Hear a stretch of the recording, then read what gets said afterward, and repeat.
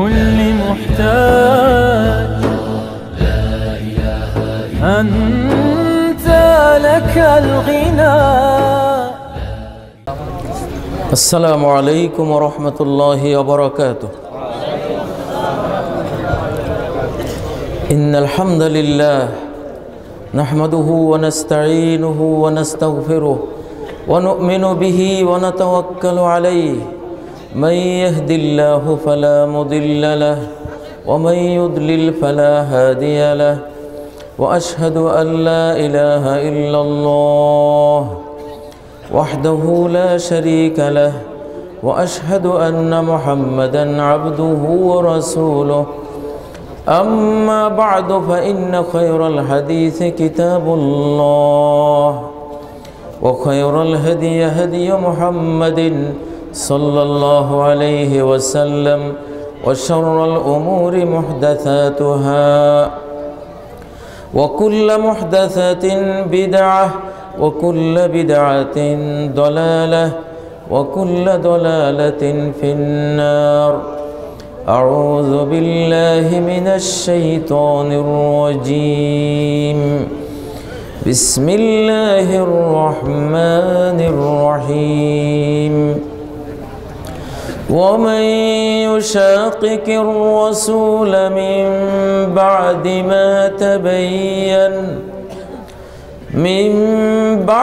ما تبين له الهدى ويتبع غير سبيل المؤمنين نوله ما تولى ونصله جهنم وساءت مصيرا. إن الله لا يغفر أن يشرك به ويغفر ما دون ذلك لمن يشاء. ومن يشرك بالله فقد ضل ضلالا بعيدا. إن الله وملائكته يصلون على النبي يا أيها الذين آمنوا صلوا عليه وسلموا تسليما. اللهم صل على محمد وعلى آل محمد كما صليت على إبراهيم وعلى آل إبراهيم إنك حميد مجيد. اللهم بارك على محمد وعلى آل محمد كما باركت على إبراهيم وعلى آل إبراهيم إنك حميد مجيد. اللهم أخرجنا من عبادة العباد إلى عبادة رب العباد ومن جور الأديان إلى عدل الإسلام ومن ضيق الدنيا إلى سعة الآخرة.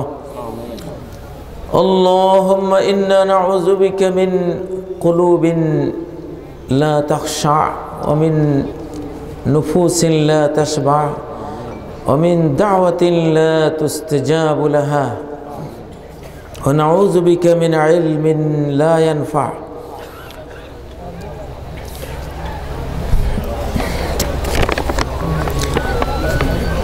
গঙ্গা শিবপুর জামে মসজিদ ইন্তেজামিয়া কমিটির উদ্যোগে বাৎসরিক তাফসিরুল কোরআন মাহফিল 2017 অধ্যক্ষর সম্মানিত সভাপতি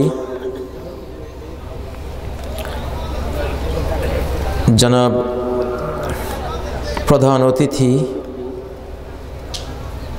আহসানুল কবির রিপন, চেয়ারম্যান 8 নং দত্তপাড়া ইউনিয়ন পরিষদ, বিশেষ অতিথি কাজী মোহাম্মদ হারুনুর রশিদ, সমাজসেবক আমার সমপাঠী, এবং আজকের অন্যান্য উলামা এ কেরাম, সুধীবৃন্দ, আইম্মাতুল মাসাজিদ সম্মুখে সমবেত সম্মানিত বেরাদারানে ইসলাম, পর্দার অন্তরালে সম্মানিত মাদারানে ইসলাম, মহান আল্লাহ রব্বুল ইজ্জতুল জালালের অনন্ত অসীম গুণগান করছি, প্রশংসা করছি, যিনি আমাদেরকে তাফসীরুল কোরআনের এই জান্নাতি সমাবেশে উপস্থিত হওয়ার জন্য নির্বাচিত করেছেন, আমাদেরকে এখানে আসার জন্য মনোনীত করেছেন এবং এখানে আসার জন্য তৌফিক দিয়েছেন। আলহামদুলিল্লাহ।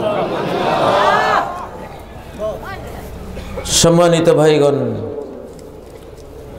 বাবা আদম আলাইহিস সালাম থেকে এই ইসলাম ধর্ম শুরু হয়েছে।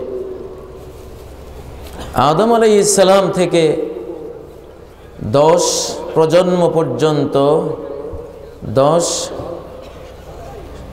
শতাব্দী পর্যন্ত সবাই ছিল মুসলিম।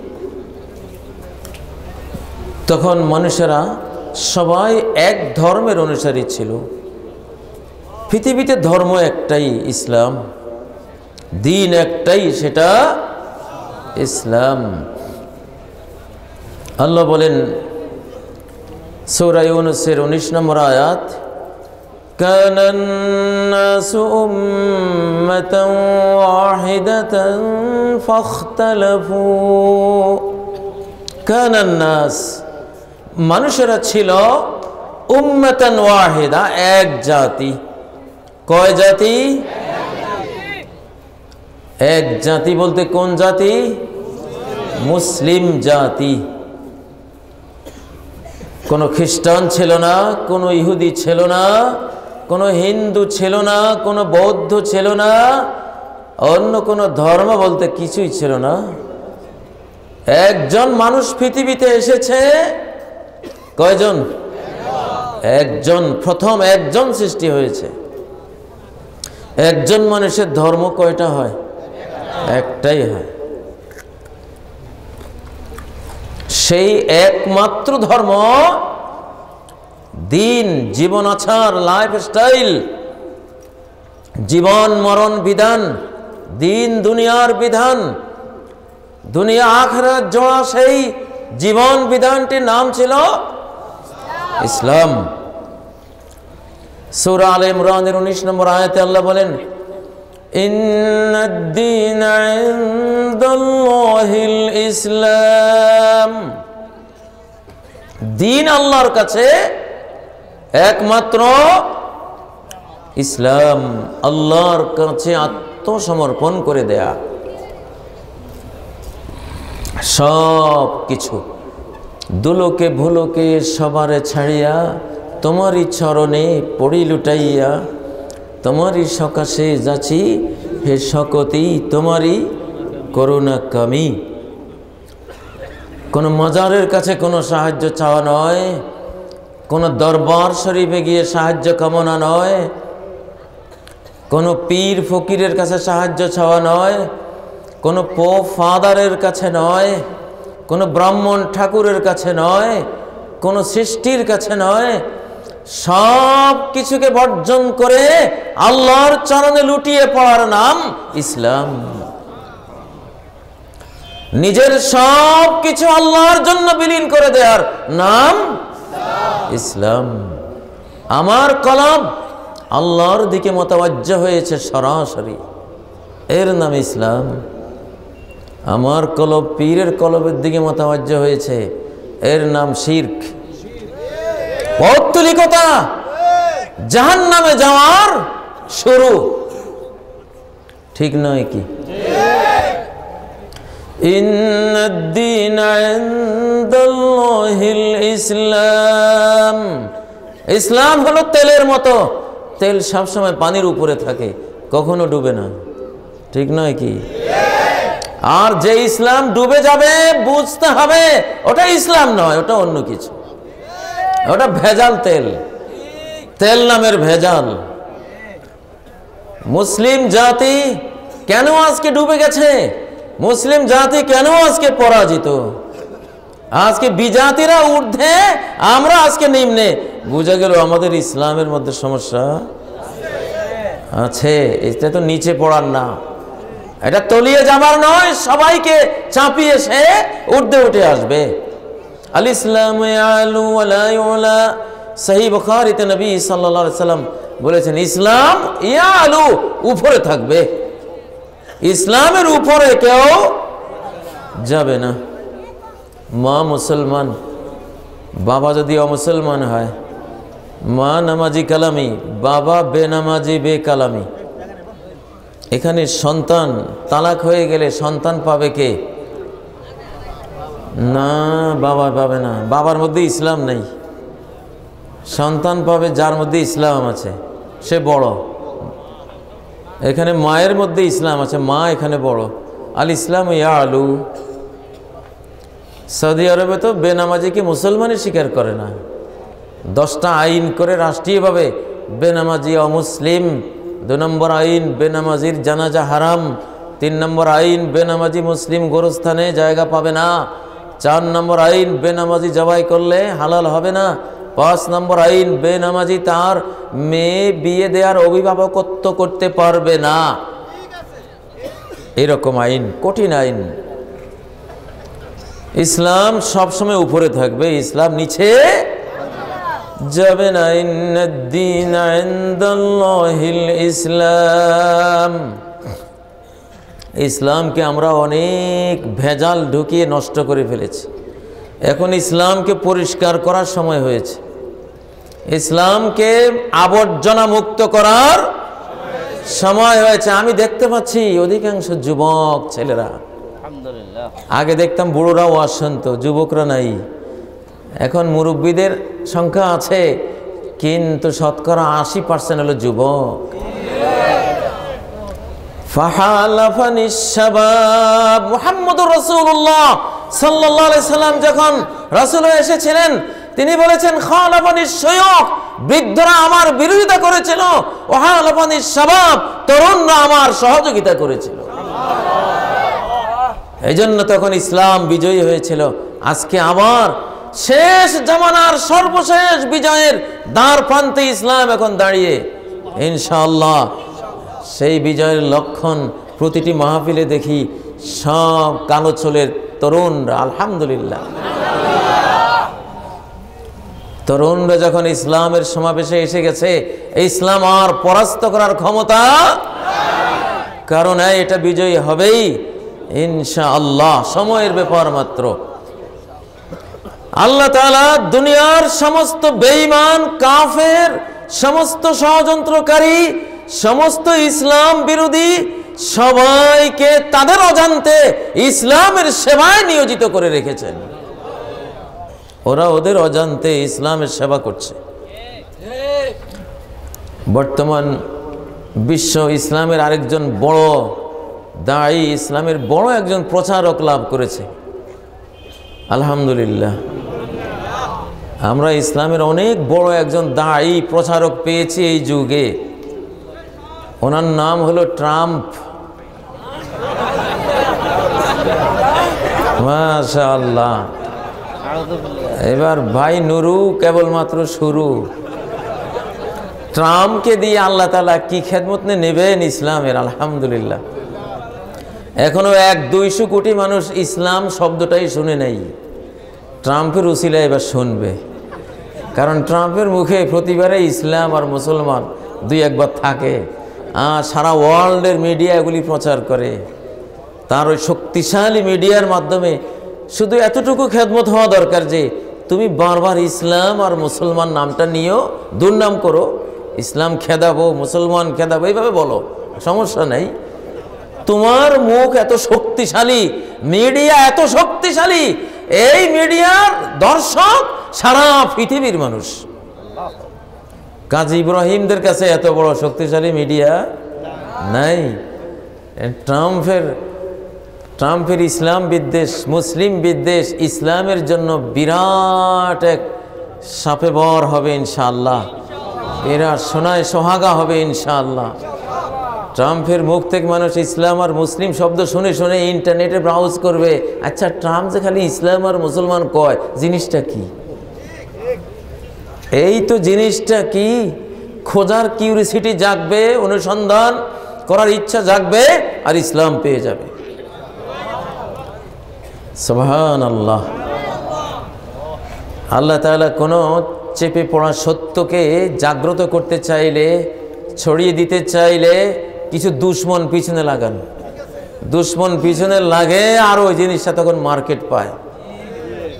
চন্দন কাঠের মতো, চন্দন কাঠের আগে দাম ছিল না, এটার যে এত গ্রান কেউ জানতো না।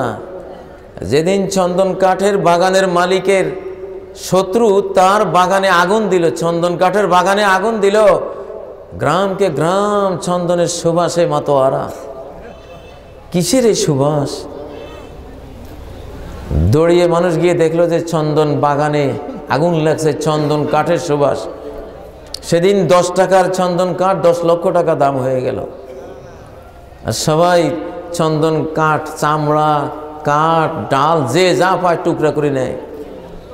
এখন ইসলামের এই দশা হবে ইনশাআল্লাহ, ঠিক নয় কি? ইন্নাদ-দীনা ইনদাল্লাহিল ইসলাম। সারা পৃথিবীর বেঈমানরা একটা ইসলামকে ভয় পায়। মুসলমানরা এখন 73 রকমের ইসলাম আছে বাজারে। কয় রকমের ইসলাম? 73 রকমের ইসলাম বাজারে আছে। শয়তান কি নকলবাজি করেছে, আল্লাহু আকবার। 73 রকমের ইসলামের মধ্যে এক রকমের ইসলাম হলো খাঁটি, আসল, একেবারে নির্ভেজাল। এইটা জান্নাতে নিয়ে যাবে। আর 72 রকমের ইসলাম হলো ভেজাল। কি? আমার ছোটকালে আমার এই গঙ্গা শিবপুরে, বশিকপুরে ভেজাল ইসলাম ছিল। ভেজাল ইসলামটা ছিল খতম পড়া, ঠিক না? মিলাদ পড়া, পীর পূজা, মাজার দেখলে শ্রদ্ধা করা, তাবিজ তোমার গলায় দেওয়া, তরিকতে জিকির করা ছিল কি না? কথায় কথায় অলক্ষী। এই মুসলমান কিসের অলক্ষী? কিসের অলক্ষী? মুসলমানের মুখে কথায় কথায় কয় ঝাড়ু দেয় নাই, অলক্ষী লাগছে। এই কথাগুলি, আরে নামে তো লক্ষ্মীপুর, নামে তো কি লক্ষ্মীপুর। যারা এই দেশে অতীতে মুসলিম ছিল, চেতনাটা ছিল না যে এই নামটা শিরকে আকবর, বড় শিরক, মহা শিরক, চেঞ্জ করা দরকার। সাহাবায়ে কেরাম যদি এই দেশ জয় করতেন, সাথে সাথে আগে নাম চেঞ্জ করে ফেলতেন, সাথে সাথে। ইয়াসরিব মদিনা মুনাওয়ারার নাম ছিল, নবীজি ইয়াসরিব পাল্টিয়ে মদিনা মুনাওয়ারা, মদিনা নাম নবীজির দেওয়া। সুবহানাল্লাহ। আব্দ শামস, সূর্যদেব নাম সাথে সাথে চেঞ্জ করে আব্দুর রহমান। নামের মধ্যে নাম সাংঘাতিক জিনিস, বিশাল জিনিস। এই যে গঙ্গা শিবপুর, এই যে লক্ষ্মীপুর, এগুলি সব শিরকি নাম। কি নাম? শিরকি নাম। চেতনা ছিল না আগে। আমরা সবাই 72 দলের মুসলমান ছিলাম, আমিও। আমার ছোট্টবেলায় ছাত্র জীবনে আমি 72 দলের সদস্য। যে 72 দল জাহান্নামে যাবে, আমিও তাদের কাতারে, তাদের মতোই বিশ্বাস ছিল। কিন্তু আলহামদুলিল্লাহ, যুবকদের বিরাট সৌভাগ্য, আমরা যে ইসলাম ফলো করেছি, ওই ইসলাম শুধু আমাদেরকে পরাস্ত করেছে, আমাদেরকে মার খাইয়েছে। সারা বিশ্বের বেঈমান জাতিগুলি মাঠের এক কর্নার থেকে লাথি মেরেছে, ফুটবলের মতো আরেক কর্নারে গিয়ে পড়েছি। মুসলমানের দশা এইরকম হয়েছে কেন? তারা যেটাকে ইসলাম নামে পালন করেছে, ওটা ইসলামই ছিল না। বিশ্বাসের চেতনায় ভুলে ভরা ছিল। ভুল, শুধু ভুল আর ভুল। এ জীবনের পাতায় পাতায় যা কিছু ছিল লেখা, অধিকাংশই ছিল ভুল। প্রিয় ভাইরা, আমিও ছোটবেলায় দেখতাম কলেরা বসন্ত আসতেছে, তেমেহুনিতে হদকা দিতে হবে। সৎকারে বলতে হদকা নাকি? হ্যাঁ মুরব্বীরা, ঠিক না কথা? ঠিক বলছি না?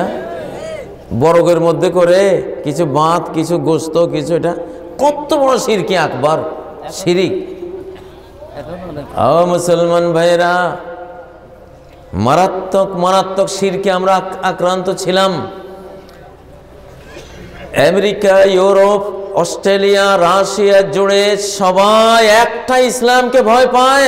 সেই ইসলামটা হলো এই 30 পারা কোরআন আর নবীজির হাজার হাজার হাদিস থেকে বের করে আনা যে নির্ভেজাল, শিরক মুক্ত, বিদআত কুসংস্কার মুক্ত, একদম টাটকা তরতাজা খাঁটি যে ইসলাম, এই ইসলামকে ভয় পায় সারা পৃথিবীর বেঈমানরা।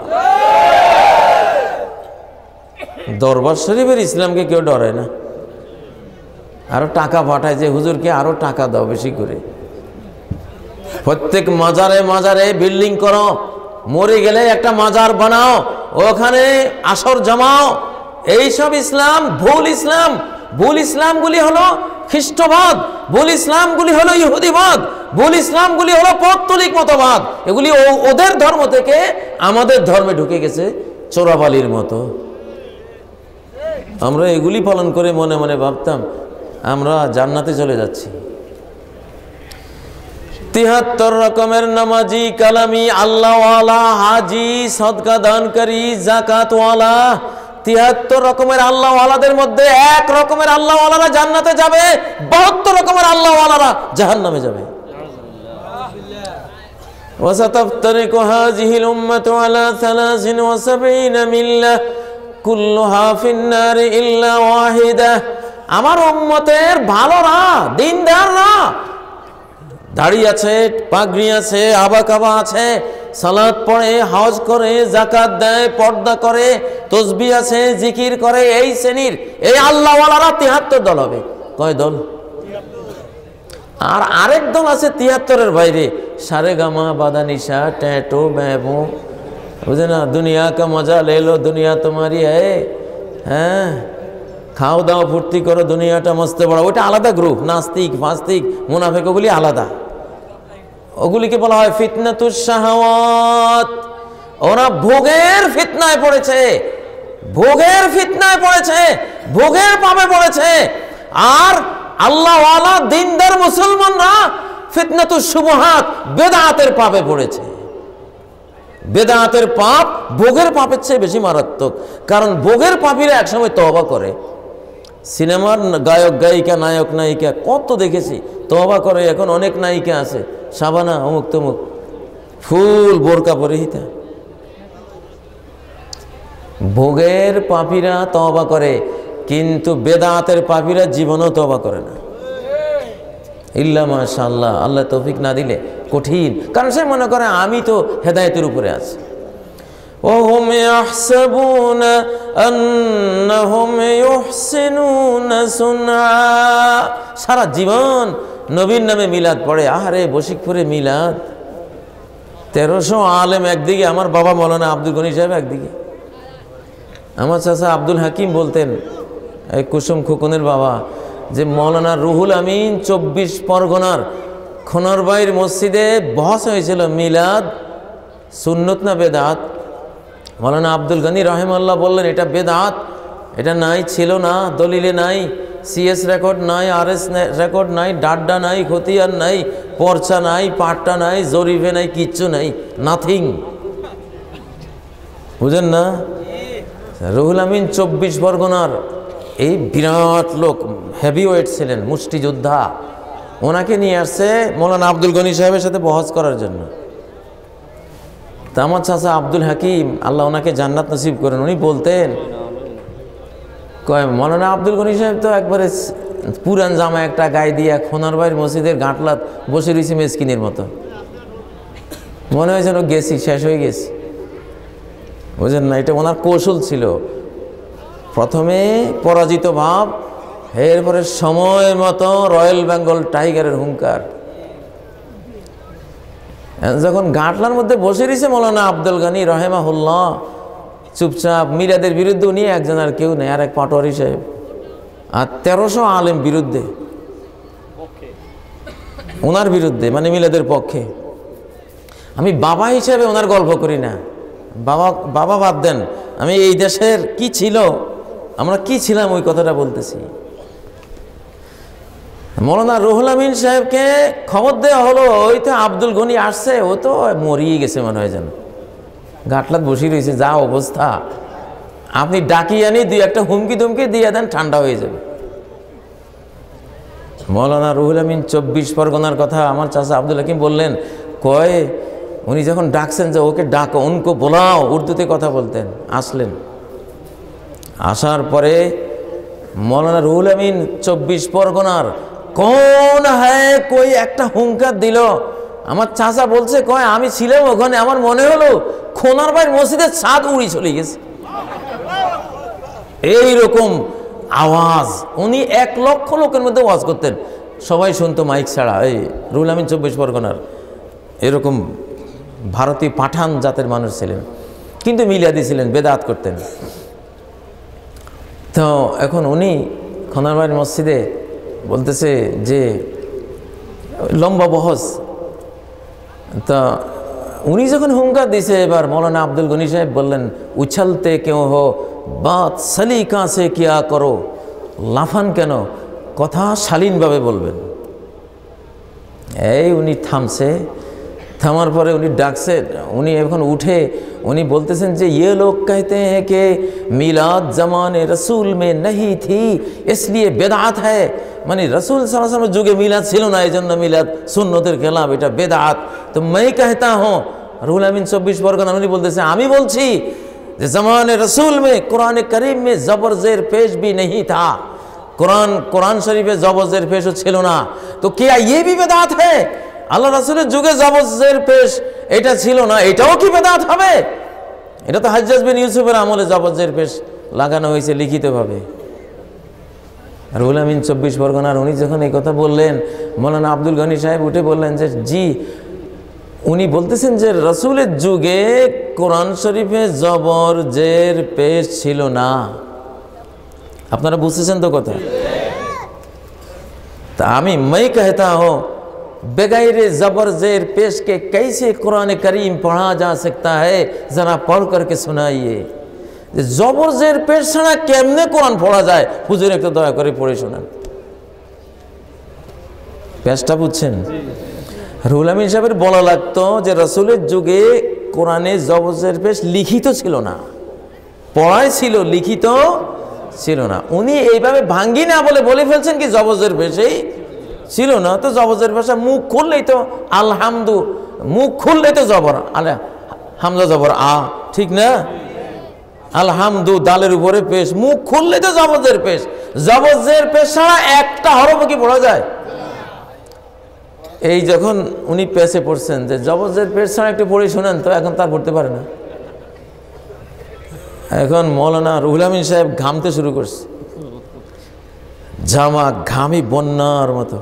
আমার চাচা বলছে আমারে, কয় এরপরে উনি উঠে দিয়েছে দৌড় পালকির দিকে, খোনারবাড়ির মসজিদের গেটে পালকি, উনি পালকিতে ঢুকতেছেন। যে মৌলানা আব্দুল গনি সাহেব যে কোত্তা চাপি ধরছে, গদ্দার কहीं का जाते कहाँ हो जवाब दे करके जाना पड़ेगा, বিশ্বাসঘাতক কোথায় যাচ্ছ, উত্তর দিয়ে যেতে হবে আজকে।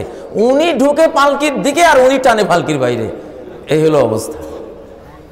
এমন পরাস্ত হয়েছে, এই যে গেছে এই দেশ থেকে আর আসে নেই, বুঝেন না?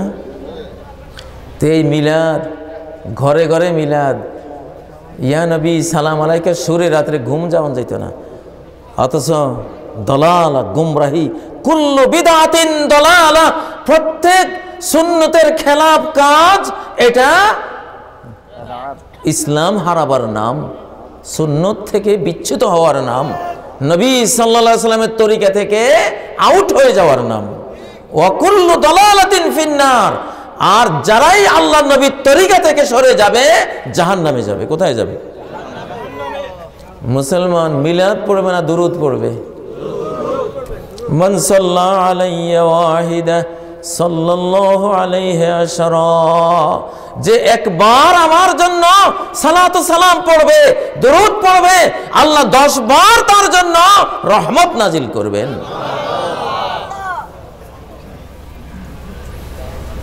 মাঝে মধ্যে কোনো মার্কেটে দেখি একটি কিনলে 10টি ফ্রি।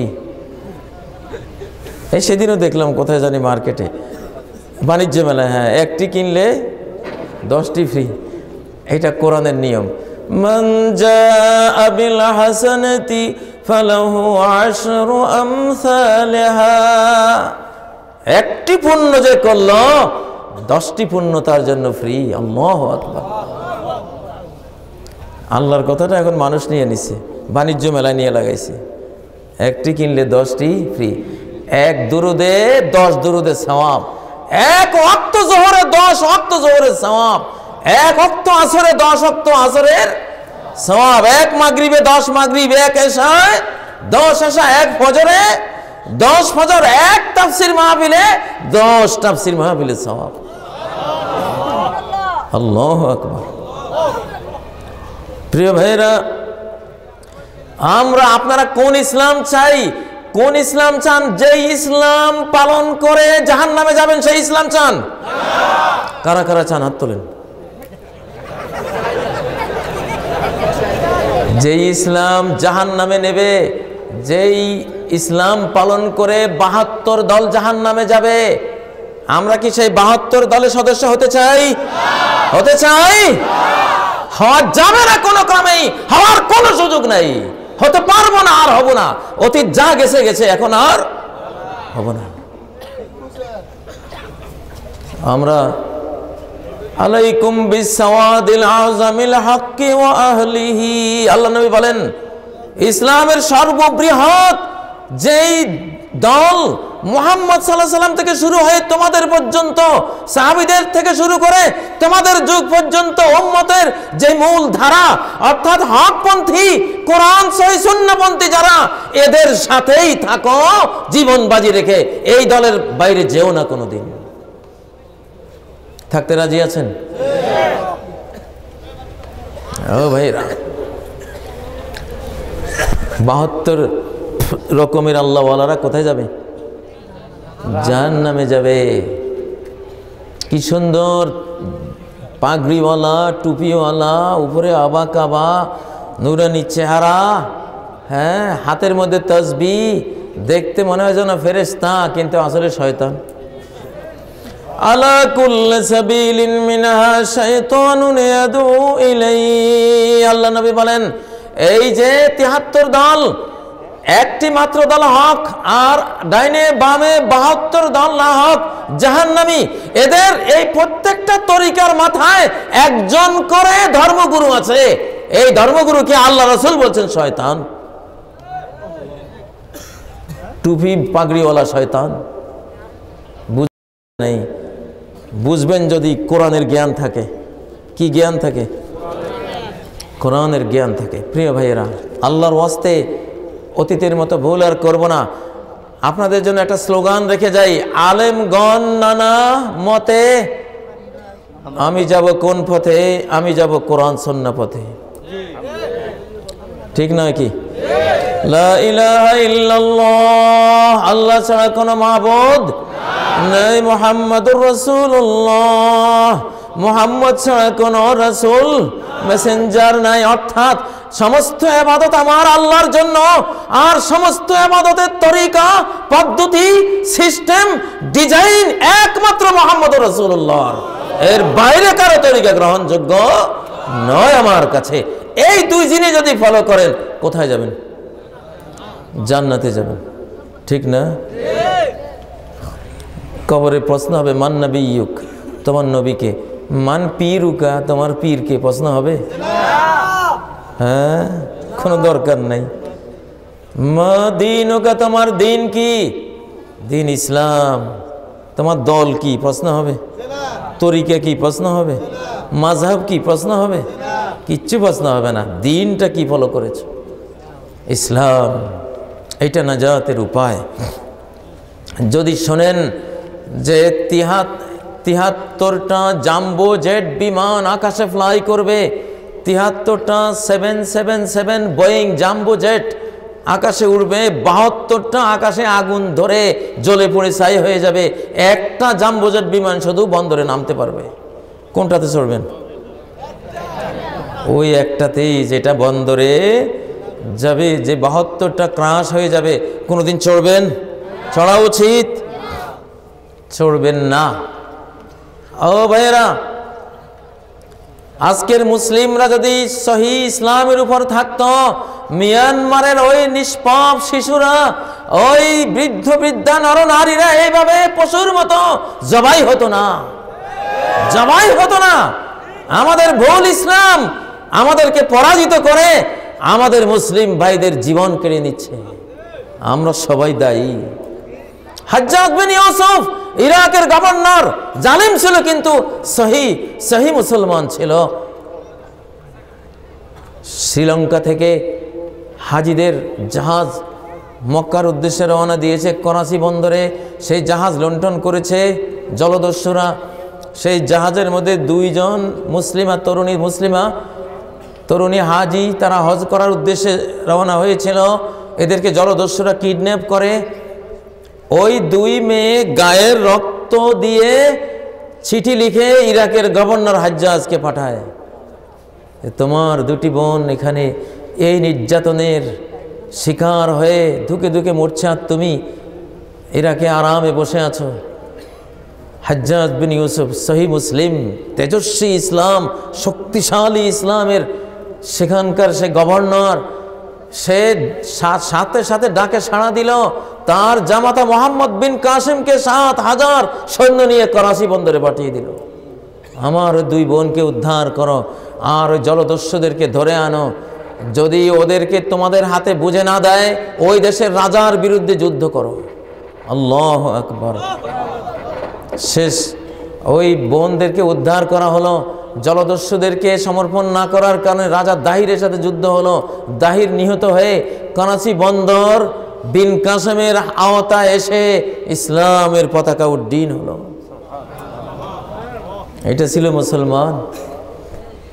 আর আজকে 70টার মতো মুসলিম রাষ্ট্র, আহারে একটা বানর শুকরের দল এখানে মুসলমানদেরকে কুরে করে খাচ্ছে। সবাই ছেয়ে আছে, কিচ্ছু করার নাই।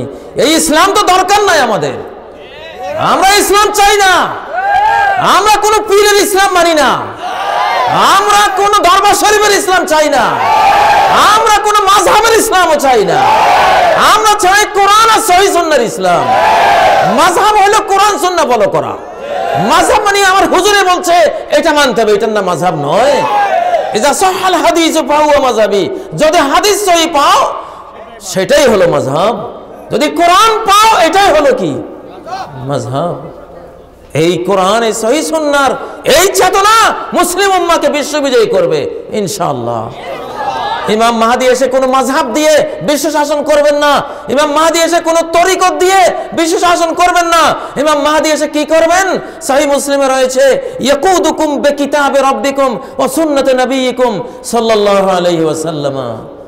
তিনি তোমাদের রবের কিতাব আর তোমাদের নবীর সুন্নাহ দিয়ে গোটা বিশ্বকে সহ তোমাদেরকে তিনি পরিচালনা করবেন। আল্লাহু আকবার। ইসলাম চান কিনা? চান কিনা সবাই? আল্লাহ তাআলা ইসলাম ফলো করা সবাইকে তৌফিক দান করুন।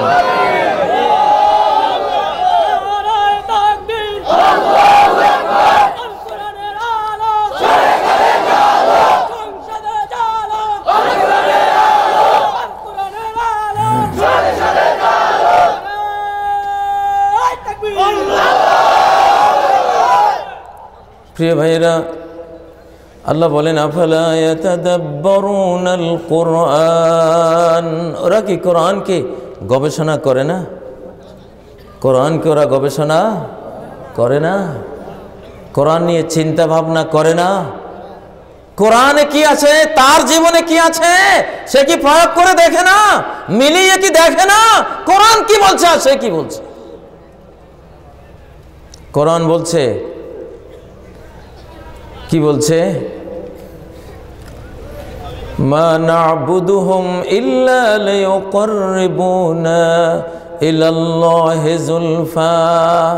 ইসলাম আর গায়রে ইসলামের মধ্যে দ্বন্দ্ব এক বিষয়ে। কয় বিষয়? কয় বিষয়ে দ্বন্দ্ব? এই একটা বিষয় বুঝলে ইসলামের ৮০ ভাগ বুঝে যাবেন ইনশাআল্লাহ। কয় বিষয়ে দ্বন্দ্ব? ইসলাম বলে, ওরে মানুষ, তুমি যত ক্ষুদ্র হও, যত অশিক্ষিত হও, নমশূদ্র হও, ডোম হও, হরিজন হও, কচ্ছপ হও, মেথর হও, অশিক্ষিত হও, দরিদ্র হও, নারী হও, তুমি যত ক্ষুদ্রই হও, যত ছোট হও, তুমি সরাসরি তোমার আল্লাহকে পেতে পারো, এই যোগ্যতা তোমার আছে।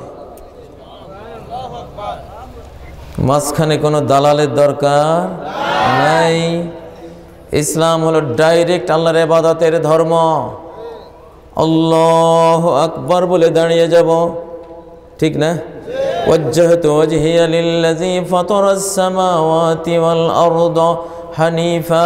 আমার হৃদয়, আমার চেহারা, আমার অস্তিত্বকে আমি ফিরিয়ে দিলাম ওই আল্লাহর দিকে, যিনি আসমান জমিন সৃষ্টি করেছেন। হানিফা, আমি মুশরিক নই, আমি একত্ববাদী হয়ে তার দিকে অভিমুখী হয়েছি। সরাসরি সরাসরি আল্লাহর ইবাদতের নাম ইসলাম। আর সরাসরি না, একজন পীর লাগবে, একজন পুরোহিত লাগবে, একজন ফাদার লাগবে, একজন পোপ লাগবে, একজন গুরু লাগবে। আমার কলব গুরুর কলবের দিকে মোতাবজ্জে হইবে। এইটা হলো শিরকের মূল কথা, যে ডাইরেক্ট তুমি আল্লাহকে পাবা না। একজন পুরোহিত লাগবে, একজন পীর ধরতে হবে তোমাকে, একজন একটা তরিকা লাগবে। ওই পীর হয়ে তোমার কলব, পীরের পীর, পীরের দাদা, তার দাদা পীর, তার দাদা পীর, তার দাদা পীর, পীর হতে হতে হতে তারপর তুমি আল্লাহ পর্যন্ত যাইবা। আস্তাগফিরুল্লাহ। মানে তুমি সরাসরি আল্লাহকে পাওয়ার যোগ্যতা রাখো না। উনি গদ্দিন হোসেন পীর সাহেব, এই মোটা শরীর, গোস্তের ব্যাপারী, বুঝেন না, জামা কোত্তা গায়ে দিয়ে পড়ে রয়েছে, কেরান লাগে শরীরটা তুলতে। ওনার ভায়া হয়ে নাকি তুমি আল্লাহরে পাইতে হবে? ওনার ভায়া ছাড়া উনি উনি উনি উনি উনি এজেন্ট আর কি, যেন উনি আল্লাহ পাওয়ার এজেন্ট। ওনার ভায়া হয়ে পাইতে হবে, উনি ট্রান্সমিটার। মিথ্যা, অসত্য কথা, অবাস্তব কথা। কোন মুসলিম জান্নাত পেতে কারো হাতে, কোন পীরের হাতে তার কোনো বায়াত করার কোনো প্রয়োজন নেই। বায়াত করলে তো শেষ হইলা। বায়াত করবা খলিফাতুল মুসলিমিনের হাতে, বায়াত করবা আমিরুল মুমিনিনের হাতে, বায়াত হলো রাষ্ট্রপতির হাতে। বায়াত, যে রাষ্ট্রপতি কোরআন দিয়ে, নবী সুন্নাহ দিয়ে রাষ্ট্র চালাবে, তার হাতে বায়াত, ঠিক না? ও ভাইরা, পীর মুরিদি করলে অনেক বড়, মস্ত বড় পীর হইতে পারতাম। আলহামদুলিল্লাহ, এই সার্টিফিকেট আছে। 14 গোষ্ঠীর কুষ্টি টান দিলে দেখি পীরের তো অভাব নাই বংশে। নানার বংশ, দাদার বংশ, আলহামদুলিল্লাহ অনেক আছে। ছাত্র জীবনে আমিও সুফি টাইপের ছিলাম, কারণ ওনাদের কাছে পড়ছি, ওই রকম ছিলাম। কম খাইতাম, কম বলতাম, কম ঘুমাইতাম। এগুলি ছাত্র জীবনে ফাজিল কামিল পড়ে চর্চা করতাম খুব। কিন্তু এখন দেখি এইগুলির উপরে মারা গেলে তো জীবনটাই বরবাদ হয়ে যেত, ঠিক না? ও মুসলমান ভাইরা, সেদিন এক হুজুর কয়, কি এক জমানা আইলো, কথা কইতেই পারি না, দলিল চায়। বাইরে এই দেশে আর থাকার উপায় নাই।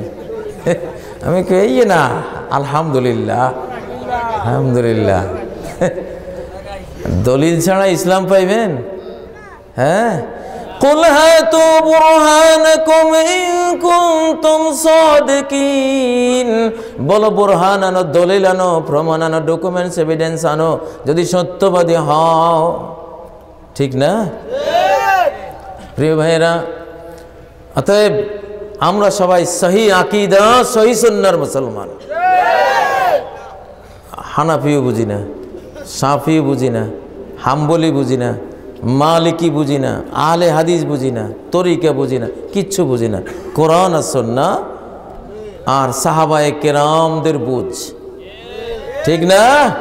কোরআন সুন্নাহ আলা ফাহমিস সালাফ as-সালেহ, সাহাবায়ে কেরামদের বুঝ নিয়া কোরআন সুন্নাহর উপরে চলবো, চক্ষু বন্ধ হইতে দেরি, জান্নাতে যেতে দেরি হবে না ইনশাআল্লাহ।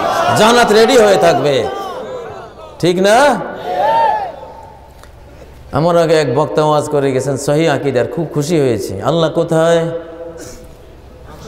আরশের উপরে। আর রহমানু আলাল আরশি ইস্তাওয়া, রহমান শুধুই আরশের উপরেই তিনি বিরাজমান। কিন্তু এই বশিকপুরে, গঙ্গাশিবপুরে আমার শিশুকালে চতুর্দিকে শুনতাম আল্লাহ সব জায়গায়, ঠিক না?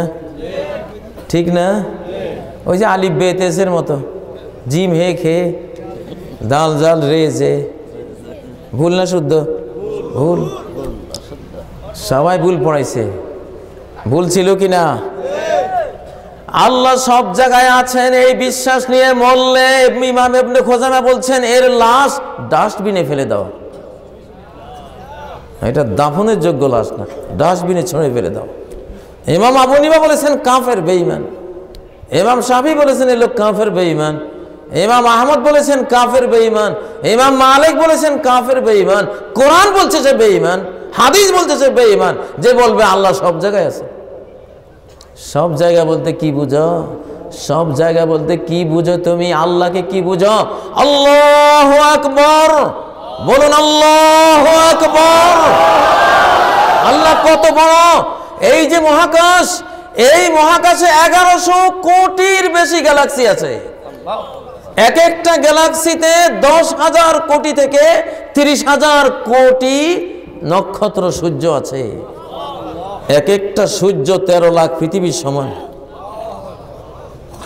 এইরকম একটা গ্যালাক্সি যদি 13 লক্ষ সূর্য থাকে, নক্ষত্র থাকে, আর এই ধরনের গ্যালাক্সির সংখ্যা যদি 1100 কোটি থাকে, এই আকাশটা তাহলে কত বিশাল!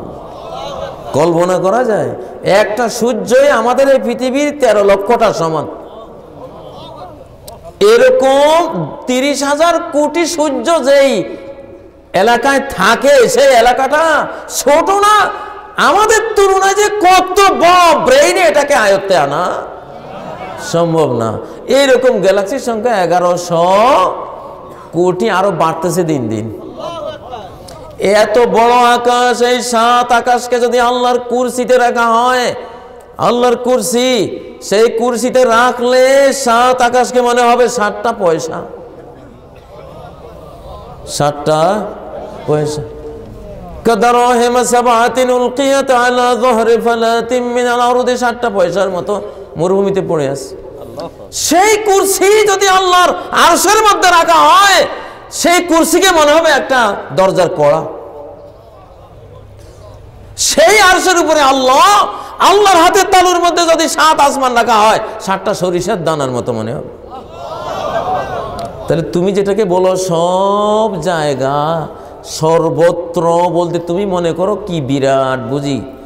আল্লাহর তুলনায় তোমার সব জায়গা সর্বত্র হলো সরিষার দানা। বুঝেন না? তুমি এই সরিষার দানার ভিতরে আল্লাহরে ঢুকাইয়া তুমি মনে করতেছো জান্নাতে যাবো। তোরা যে আল্লাহ কোন জাহান্নামে ফেলবো যে আমি এত বড় আল্লাহ, আমার হাতের তালুতে তোর 7 আসমান 7টা সরিষার দানার সমান, তার চেয়েও ক্ষুদ্র, তুই আমার সরিষার দানার ভিতরে ঢুকাইয়া আবার জান্নাতের আশা করস। কি বলেন?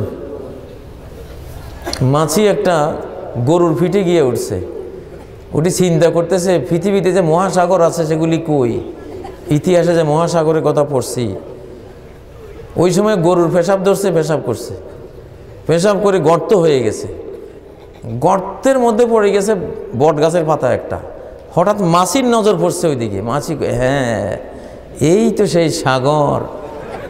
আর ওই সাগরে যে বিশাল বিশাল জাহাজ চলে, ওই তো জাহাজ ভাসতেছে, বিরাট কয় লক্ষ টন মাদার ট্যাঙ্ক ভাসতেছে জাহাজের।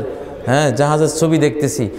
আর ওই যে বিশাল জাহাজ যেই ক্যাপ্টেন, কাপ্তানরা চালায়, এই কথা কইয়া লাভ দিয়া বটগাছের উপরে গিয়ে বসে কই আমি সেই কাপ্তান। ইনকি দরিয়া ওয়াই কিস্তি ওমান মর্দ কিস্তি বানো আহলে রায়ফান। এই হলো সেই মহাসাগর, এই হলো সেই জাহাজ, এই হলাম আমি সেই কাপ্তান। মাছি বা কদ্দুর, তার সাগরে বা কদ্দুর, তুই বেটা কদ্দুর, আর তোর সর্বত্র, তোর সব জায়গায় বা কদ্দুর। তুই এটার ভিতরে আল্লাহরে ঢুকাইছ, যে আল্লাহর হাতের তালুতে মহাবিশ্ব সরিষার দানাও নয়। আল্লাহু আকবার, আল্লাহু আকবার, আল্লাহু আকবার। এসব ভুল জিনিস শিখাইয়া শিখাইয়া দিলগুলি মারি ফেলছে আমাদের, বুঝেন না? আল্লাহ কোথায়? যখন আগে আমরা ওয়াজ করতাম যে সর্বনিম্ন জান্নাতীর 10 দুনিয়া আল্লাহ দেবেন, তো মুনাফিক টাইপের লোকেরা কইতো এত জায়গা পাইব কই। এখন যখন গ্যালাক্সি আবিষ্কার হয়েছে কয় আল্লাহু আকবার, একটা গ্যালাক্সিতে 30,000 কোটি সূর্য, 30,000 কোটি নক্ষত্র। আল্লাহু আকবার, এই একটার মধ্যে জায়গা দিলে তো মানুষ শেষ হয়ে যাবে, ঠিক না? আল্লাহ তো 1100 কোটি গ্যালাক্সি আরো পড়ে দিছে, এক একটাকে 10 পৃথিবী, 10,000 পৃথিবী, 10 কোটি পৃথিবী দিলেও তো এরপরও জান্নাতে জায়গা খালি পড়ে থাকবো। আল্লাহ তাআলা অন্য মাখলুক সৃষ্টি করে জান্নাতের খালি জায়গাগুলি ভরাট করবেন। আল্লাহু আকবার। ফায়ানশাউ লাহা খালকা, জান্নাত আমরা ভরতে পারবো না, এমন জায়গা জমি আল্লাহর কাছে। তুমি মনে করতেছো বশিকপুরের জায়গা কদ্দুরা এরকম, আল্লাহর বুঝি জায়গা জমি এরকম বুঝি? হ্যাঁ, আল্লাহু আকবার। আল্লাহ নিরাকার নাকি আল্লাহ সুরত আছে? মিয়া নামাজের মাসলা পরে আগে আল্লাহর মাসলা শিখেন। আল্লাহর মাসলা না শিখে নামাজের মাসলা শিখলে ঠিক সেরকম হবে যে এক লোক সারা জীবন সবচেয়ে সুন্দর নামাজ পড়ছে, সবচেয়ে সুন্দর অজুও করছে, কিন্তু সিরিয়াল নষ্ট করছে। আগে নামাজ পড়ছে পরে অজু করছে। হয়েছে নি নামাজ? অজু দিয়া কিছু পাইছে? নামাজ দিয়া কিছু পাইছে? হ্যাঁ, সারা জিন্দেগি নামাজ পড়ে অজু করে জাহান্নামে গেছে, ঠিক না? সিরিয়াল নষ্ট করছে। কি নষ্ট করছে? সিরিয়াল। সিরিয়ালে আগে অজু তারপরে নামাজ, ঠিক না? ঠিক সেরকম সিরিয়ালে আগে আল্লাহর মাসালা পরে দ্বীনের মাসালা। আগে আল্লাহর মাসলা শিখো। আল্লাহকে চিনলে না উনি কোথায়, জিন্দেগি ইবাদত করলে আল্লাহ জিজ্ঞাসা করলে কি উত্তর দিবা? কবরে তো উত্তর দিতে পারবা না। কয় আল্লাহ নিরাকার। আল্লাহকে যে নিরাকার বলে সে নাস্তিক। নাস্তিক, অজান্তে নাস্তিক হয়েছে। কারণ নিরাকার জিনিসের কোনো অস্তিত্বই নেই। ফায়াতিহিমুল্লাহু ফি সূরাতিহিল্লাতী ইয়ারিফুনা ফিহা, টাটকা হাদিস, সহিহ বুখারী হাশর অধ্যায়ের হাদিস। আল্লাহ তাআলা তার ওই আকৃতি আকার নিয়ে আসবেন যে আকারে দেখে সব মুমিনরা আল্লাহকে চিনবেন, আপনি আমাদের রব, আপনাকে জনম করে আমরা ইবাদত করেছি। আল্লাহু আকবার। ও ভাইয়েরা, মানুষের আকার, মানুষের চেহারা দিয়েই তো মানুষ গৌরব করে। তো এই গৌরব জিনিস তোমার আছে, আল্লাহর নাই? হ্যাঁ, হিজাবুহুন নূর। আল্লাহ হলেন এমন সৌন্দর্যের অধিকারী, লাইসা কামিসলিহি শাই, আল্লাহর মতো কেউ নাই, মানে আল্লাহর মতো সুন্দর এই মহাবিশ্বের কিচ্ছু নাই। আল্লাহর মতো রূপশ্রীর অধিকারী এই মহাবিশ্বে আর কিছু নাই। সারা বিশ্বের সমস্ত রূপ, সমস্ত সৌন্দর্য যদি এক মানুষকে দিয়ে দেওয়া হয়, আর ওই মানুষে যদি সারা পৃথিবী ভরে যায়, তাদের সবার সৌন্দর্য একত্রিত করলেও মহান আল্লাহর সৌন্দর্যের অনন্ত অসীম ভাগের এক ভাগও হবে না, এক ধূলিকণাও হবে না। আল্লাহকে যখন আমরা দেখবো জান্নাতে, ইনশাআল্লাহ দেখার পরে জান্নাতের সব নেয়ামত বলে আল্লাহর সৌন্দর্য নিয়েই আমরা মাতোয়ারা হয়ে থাকবো। ওয়ালাদাইনা মাজিদ, জান্নাতের চেয়েও বড় নেয়ামত হলো আল্লাহর সৌন্দর্যের সাক্ষাৎকার। আল্লাহকে যেদিন আমরা দেখবো জান্নাতে গিয়া, আল্লাহ জান্নাতে কবুল করুন সবাইকে, বলেন আমিন। আল্লাহকে দেখতে গেলে স্বামীরা এত সুন্দর হবে, তারা যখন বাড়িতে ফিরবে স্ত্রীরা বলবে এত সুন্দর হয়ে গেলা কেন? আল্লাহু আকবার। দুনিয়ার কত মাবুদ আছে, এগুলির পূজা করলে চেহারা কালো হয়ে যায়। আর আল্লাহ আমাদের এমন সুন্দর মাবুদ, রাত্রে যত তাহাজ্জুদ পড়বেন চেহারা উজ্জ্বল হয়ে যাবে। আল্লাহু আকবার। সিমাহুম ফি ওজুহিহিম মিন আসারিস সুজুদ, ওদের সৌন্দর্য, ওদের ছিন্ন, ওদের রূপ লাবণ্য দেখবে চেহারায় ভাসতেছে মিন আসারিস সুজুদ, সিজদার কারণে। আল্লাহু আকবার। মাসালা এগুলি জানা দরকার নাকি দরকার নেই? আল্লাহ সম্পর্কে ভুল করবেন, আল্লাহ মাফ করবে না। তোরে খাওয়াইছি আমি, তোরে পালছি আমি, তোরে বানাইছি আমি, তোর ব্যাপারে তো আমি বুঝতে ভুল করি নাই, তুই আমারে বুঝতে ভুল করবি কেন? ঠিক না? সারা জীবন ভরে শুনে আইছি সব ওয়াজ মাহফিলে আল্লাহ নিরাকার। হায় রে, এখন বুঝতেছি এই আকীদা নিয়ে মরলে তো উপায় ছিল না। ফেরেশতার মুগুরের বাড়ি খাইতে খাইতে, হ্যাঁ কত খাইতাম বাড়ি, কন সেই বাড়ি তো শুরু হইবে, শেষ হইতো না। নিরাকারের কোনো সুযোগ নেই। তোমার রবের চেহারা চিরস্থায়ী চেহারা, দুনিয়ার মানুষের চেহারা কবরে গেলে কিচ্ছু নেই, ফুকে চোখে খেয়ে শেষ, কিন্তু আল্লাহর চেহারা অনন্ত অসীম, যেমন ছিল তেমনি আছে, তেমনি থাকবে। এমন এক আল্লাহর আমরা গোলামি করি, ঠিক নয় কি? প্রিয় ভাইয়েরা, আল্লাহ তাআলা সম্পর্কে নির্ভুল বিশ্বাস পাওয়া দেওয়া সকল মানব শিশুর অধিকার, সকল মুসলিমের অধিকার। এই ব্যাপারে ভুল করা যাবে না। মুহাম্মদ সাল্লাল্লাহু আলাইহি সাল্লামকে আল্লাহ নূরের তৈরি বলে ধৃষ্টতা দেখায়। মুহাম্মদ সাল্লাল্লাহু আলাইহি সাল্লাম বা কোনো মাখলুক আল্লাহর নূরের তৈরি নয়, আল্লাহর জাতি নূরের তৈরি নয়। আল্লাহর নূরের তৈরি বললে তো আল্লাহর অংশ হয়ে গেল, নাউজুবিল্লাহি মিন যালিক। কয় মুহাম্মদ খুদা নেহি, খুদা সে জুদা নেহি। আর একদল বেদাতি, কবর পূজারি, সন্ন ছাড়া, এদের এখন কাজে হলো খালি নবী নূরের তৈরি আর হায়াতুন নবী, এই দুইটার ওয়াজ করে। ঠিক না? নবী নাকি নূরের তৈরি? নবী নূরের তৈরি হলে ওই কাদামাটির মানুষ, তোর গৌরব কিসের? নূরের তৈরি হলে তো ফেরেশতার কাতারে চলে গেল, ঠিক না? আমাদের গৌরব কি থাকলো? আমাদের গৌরব তো হবে তখনই যখন তিনি মাটির তৈরি বলে প্রমাণিত হবে, এবং তিনি আসলেই মাটির তৈরি। ইন্নামা আনা বাশারুম মিসলুকুম, ইহা ব্যতীত আর কিছুই নয় যে আমি তোমাদের মতোই একজন বাশার, একজন বাশার। আমাদের মতো হওয়ার কারণে আমরা তাকে ফলো করতে পারতেছি। আমাদের মতো খাইতেন বলেই খাওয়ার সুন্নতগুলি পাইছি, ঠিক না?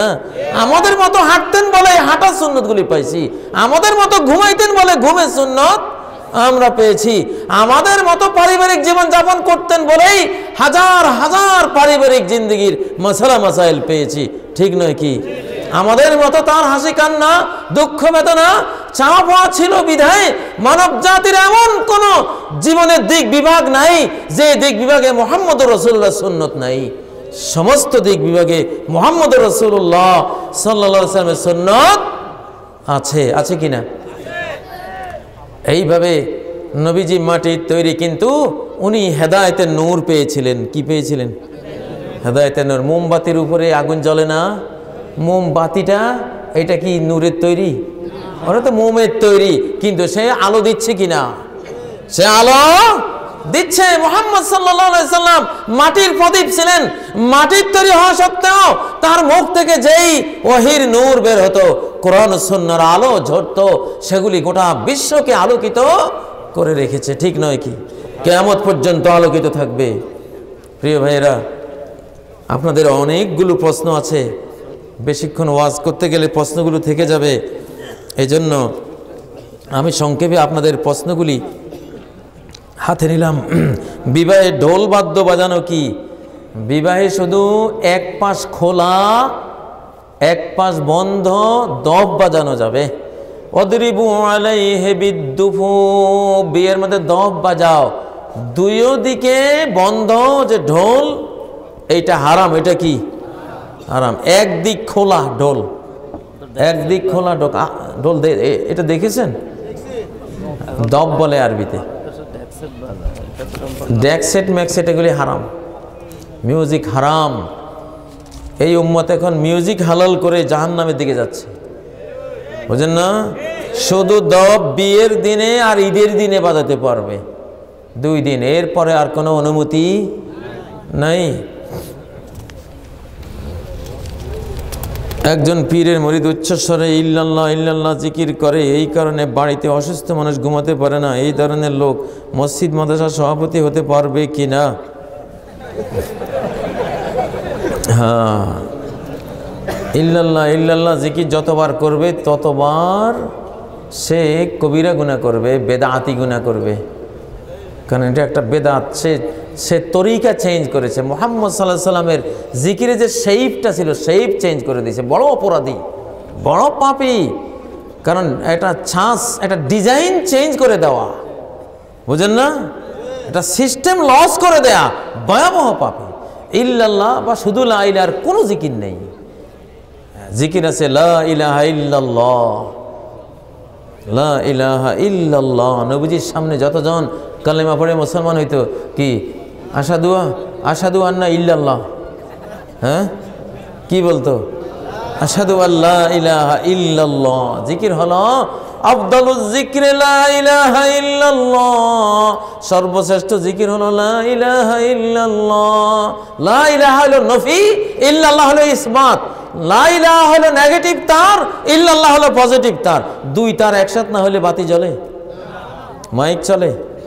2 তার এট এ টাইম একসাথে লাগাইতে হবে, মাঝখানে বিরতি নেই। লা ইলাহা ইল্লাল্লাহ একসাথে বলতে হবে। লা ইলাহা বলে ওয়াকফ করা হারাম, বুঝেন না? অতএব এই ধরনের জিকির, উল্টা পাল্টা জিকির করে চিরকাল জিকির করে মরলে জাহান্নাম ছাড়া কোনো উপায় নাই। এটা 72ইয়া জিকির। কি জিকির? ওই যে কইছে 73 রকমের আল্লাহওয়ালা নামাজি কালামি জিকিরকারী থাকবে, 72 রকমের জিকিরকারী নামাজি কালামি হাজি গাজি জাহান্নামে যাবে। 1 রকমের নামাজি কালামিরা জান্নাতে যাবে। তারা যারা নবীজির মতো সাহাবীদের মতো জিকির করে, নবী আর সাহাবীদের মতো সালাত পড়ে, নবী আর সাহাবীদের মতো ইবাদত বন্দেগী করে, নবী আর সাহাবীদের মতো ঈমান আকীদা বিশ্বাস করে, তারাই কেবল জান্নাতে যাবে। এছাড়া জান্নাতে কেউ যেতে পারবে না। আমার প্রশ্ন হলো, যে গণতন্ত্র কি হারাম, তাহলে ইসলামের বিজয় হবে কিভাবে? অনেক সময় হারাম খাওয়া ফরজ। এখানে গেছেন, এখানে কোনো খাদ্যই নেই, আছে মরা কুত্তে অজ্ঞা আর মরা গরু অজ্ঞা। মরা কুত্তে একটা আর কি মরা গরু একটা, 2টার একটা না খাইলে বাঁচতাম না। 2টাই হারাম, 2টাই কি হারাম। এখন দেখবো এই 2টার মধ্যে কোনটা বেশি হারাম আর কোনটা অল্প হারাম, কোনটা জিন্দা মুর্দা 2 অবস্থায় হারাম, আর কোনটা শুধু মুর্দা অবস্থায় হারাম, জিন্দা অবস্থায় হালাল। কোনটা? গরু। তো কুত্তে খাইতাম না, গরুটা খামু, হারাম, মরা অবস্থায় হারাম। এখন গণতন্ত্র হারাম, সমস্যা কি? এখন যেহেতু গণতন্ত্রের গরু ছাড়া আর কিছুই নাই, এই গরুও খান। যেদিন হালালটা আইব সেদিন হালালটা খাইবেন, বুঝেন না? ইসলামে সর্বাবস্থায় 2টো মন্দের মধ্যে ভালোটা বাছাই করা উত্তম, তুলনামূলক। 2টাই মন্দ, একটা ধোঁয়া সাপ, একটা হানুক সাপ। হ্যাঁ, কোনটা কামড় খাইবেন? কামড় একটা খাওয়ানো লাগবে, এখন কোনটা খাইবেন? ধোঁয়া সাপ একটা কামড়। এইরকম মশালা ইসলাম কত সুন্দর। মা খুইরা রাসূলুল্লাহি সাল্লাল্লাহু আলাইহি ওয়াসাল্লাম বাইনা আমরাইন ইল্লা ইখতারা আইসারাহুমা। নবীজি যখন 2টা সংকটের মধ্যে পড়তেন, 2টার মধ্যে কোনটার মধ্যে ক্ষতিটা একটু কম, ওইটা নিতেন, বুঝছেন না? এই গণতন্ত্র বলেন, সমাজতন্ত্র বলেন, এই তন্ত্র সেই তন্ত্র, যত তন্ত্রই আসুক, সামনে আসে যদি একটা নেওয়াই লাগে, তুলনামূলক কোনটা একটু ভালো ওইটা নেবেন। আর ইসলাম পাইলে তো আলহামদুলিল্লাহ কথাই নাই, ঠিক না? রাসূল সাল্লাল্লাহু আলাইহি ওয়াসাল্লামকে সৃষ্টি করা না হলে পৃথিবী সৃষ্টি হতো না। এই হাদিসগুলি দঈফ, দুর্বল, শুদ্ধ না।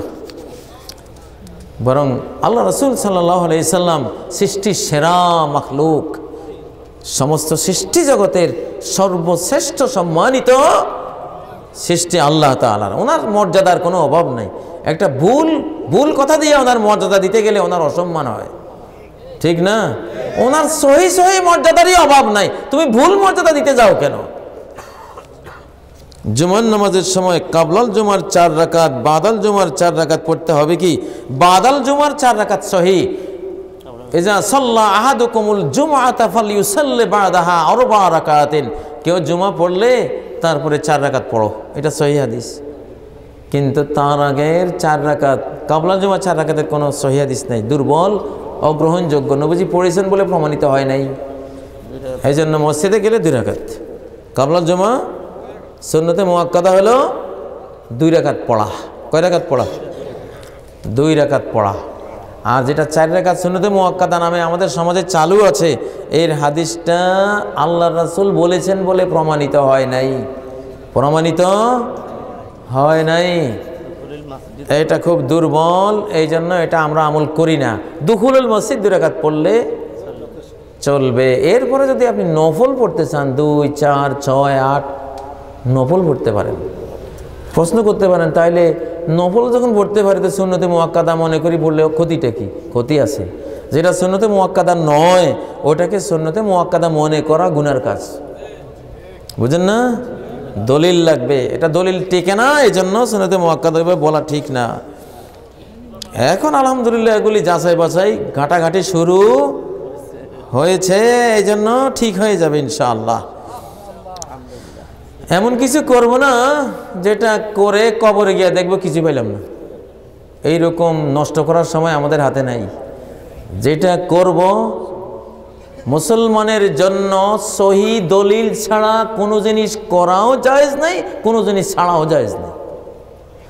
দলিল কি? সূরা আল ইসরার 36 নম্বর আয়াত, ওয়ালা তাকুফু মা লাইসা লাকা বিহি ইলম। যেই বিষয়ে ইলম নাই, ইলম বলা হয় কোরআনের আয়াত আর নবীর হাদিস। এই দুইটা যে বিষয়ে পাও নাই বা দুইটার একটা পাও নাই, ওই বিষয়ে আমল করো না, নাক গলায় না, যাইও না। কোনো আলেমে বললে জিজ্ঞাসা করে, হুজুর এই ব্যাপারে দলিলটা সহি আছে কিনা, যদি থাকে একটু আমরা লিখে দেন, বুঝেন না? এখন আর হুজুররা সহজে কথা কয় না, এখন ভয় পায়।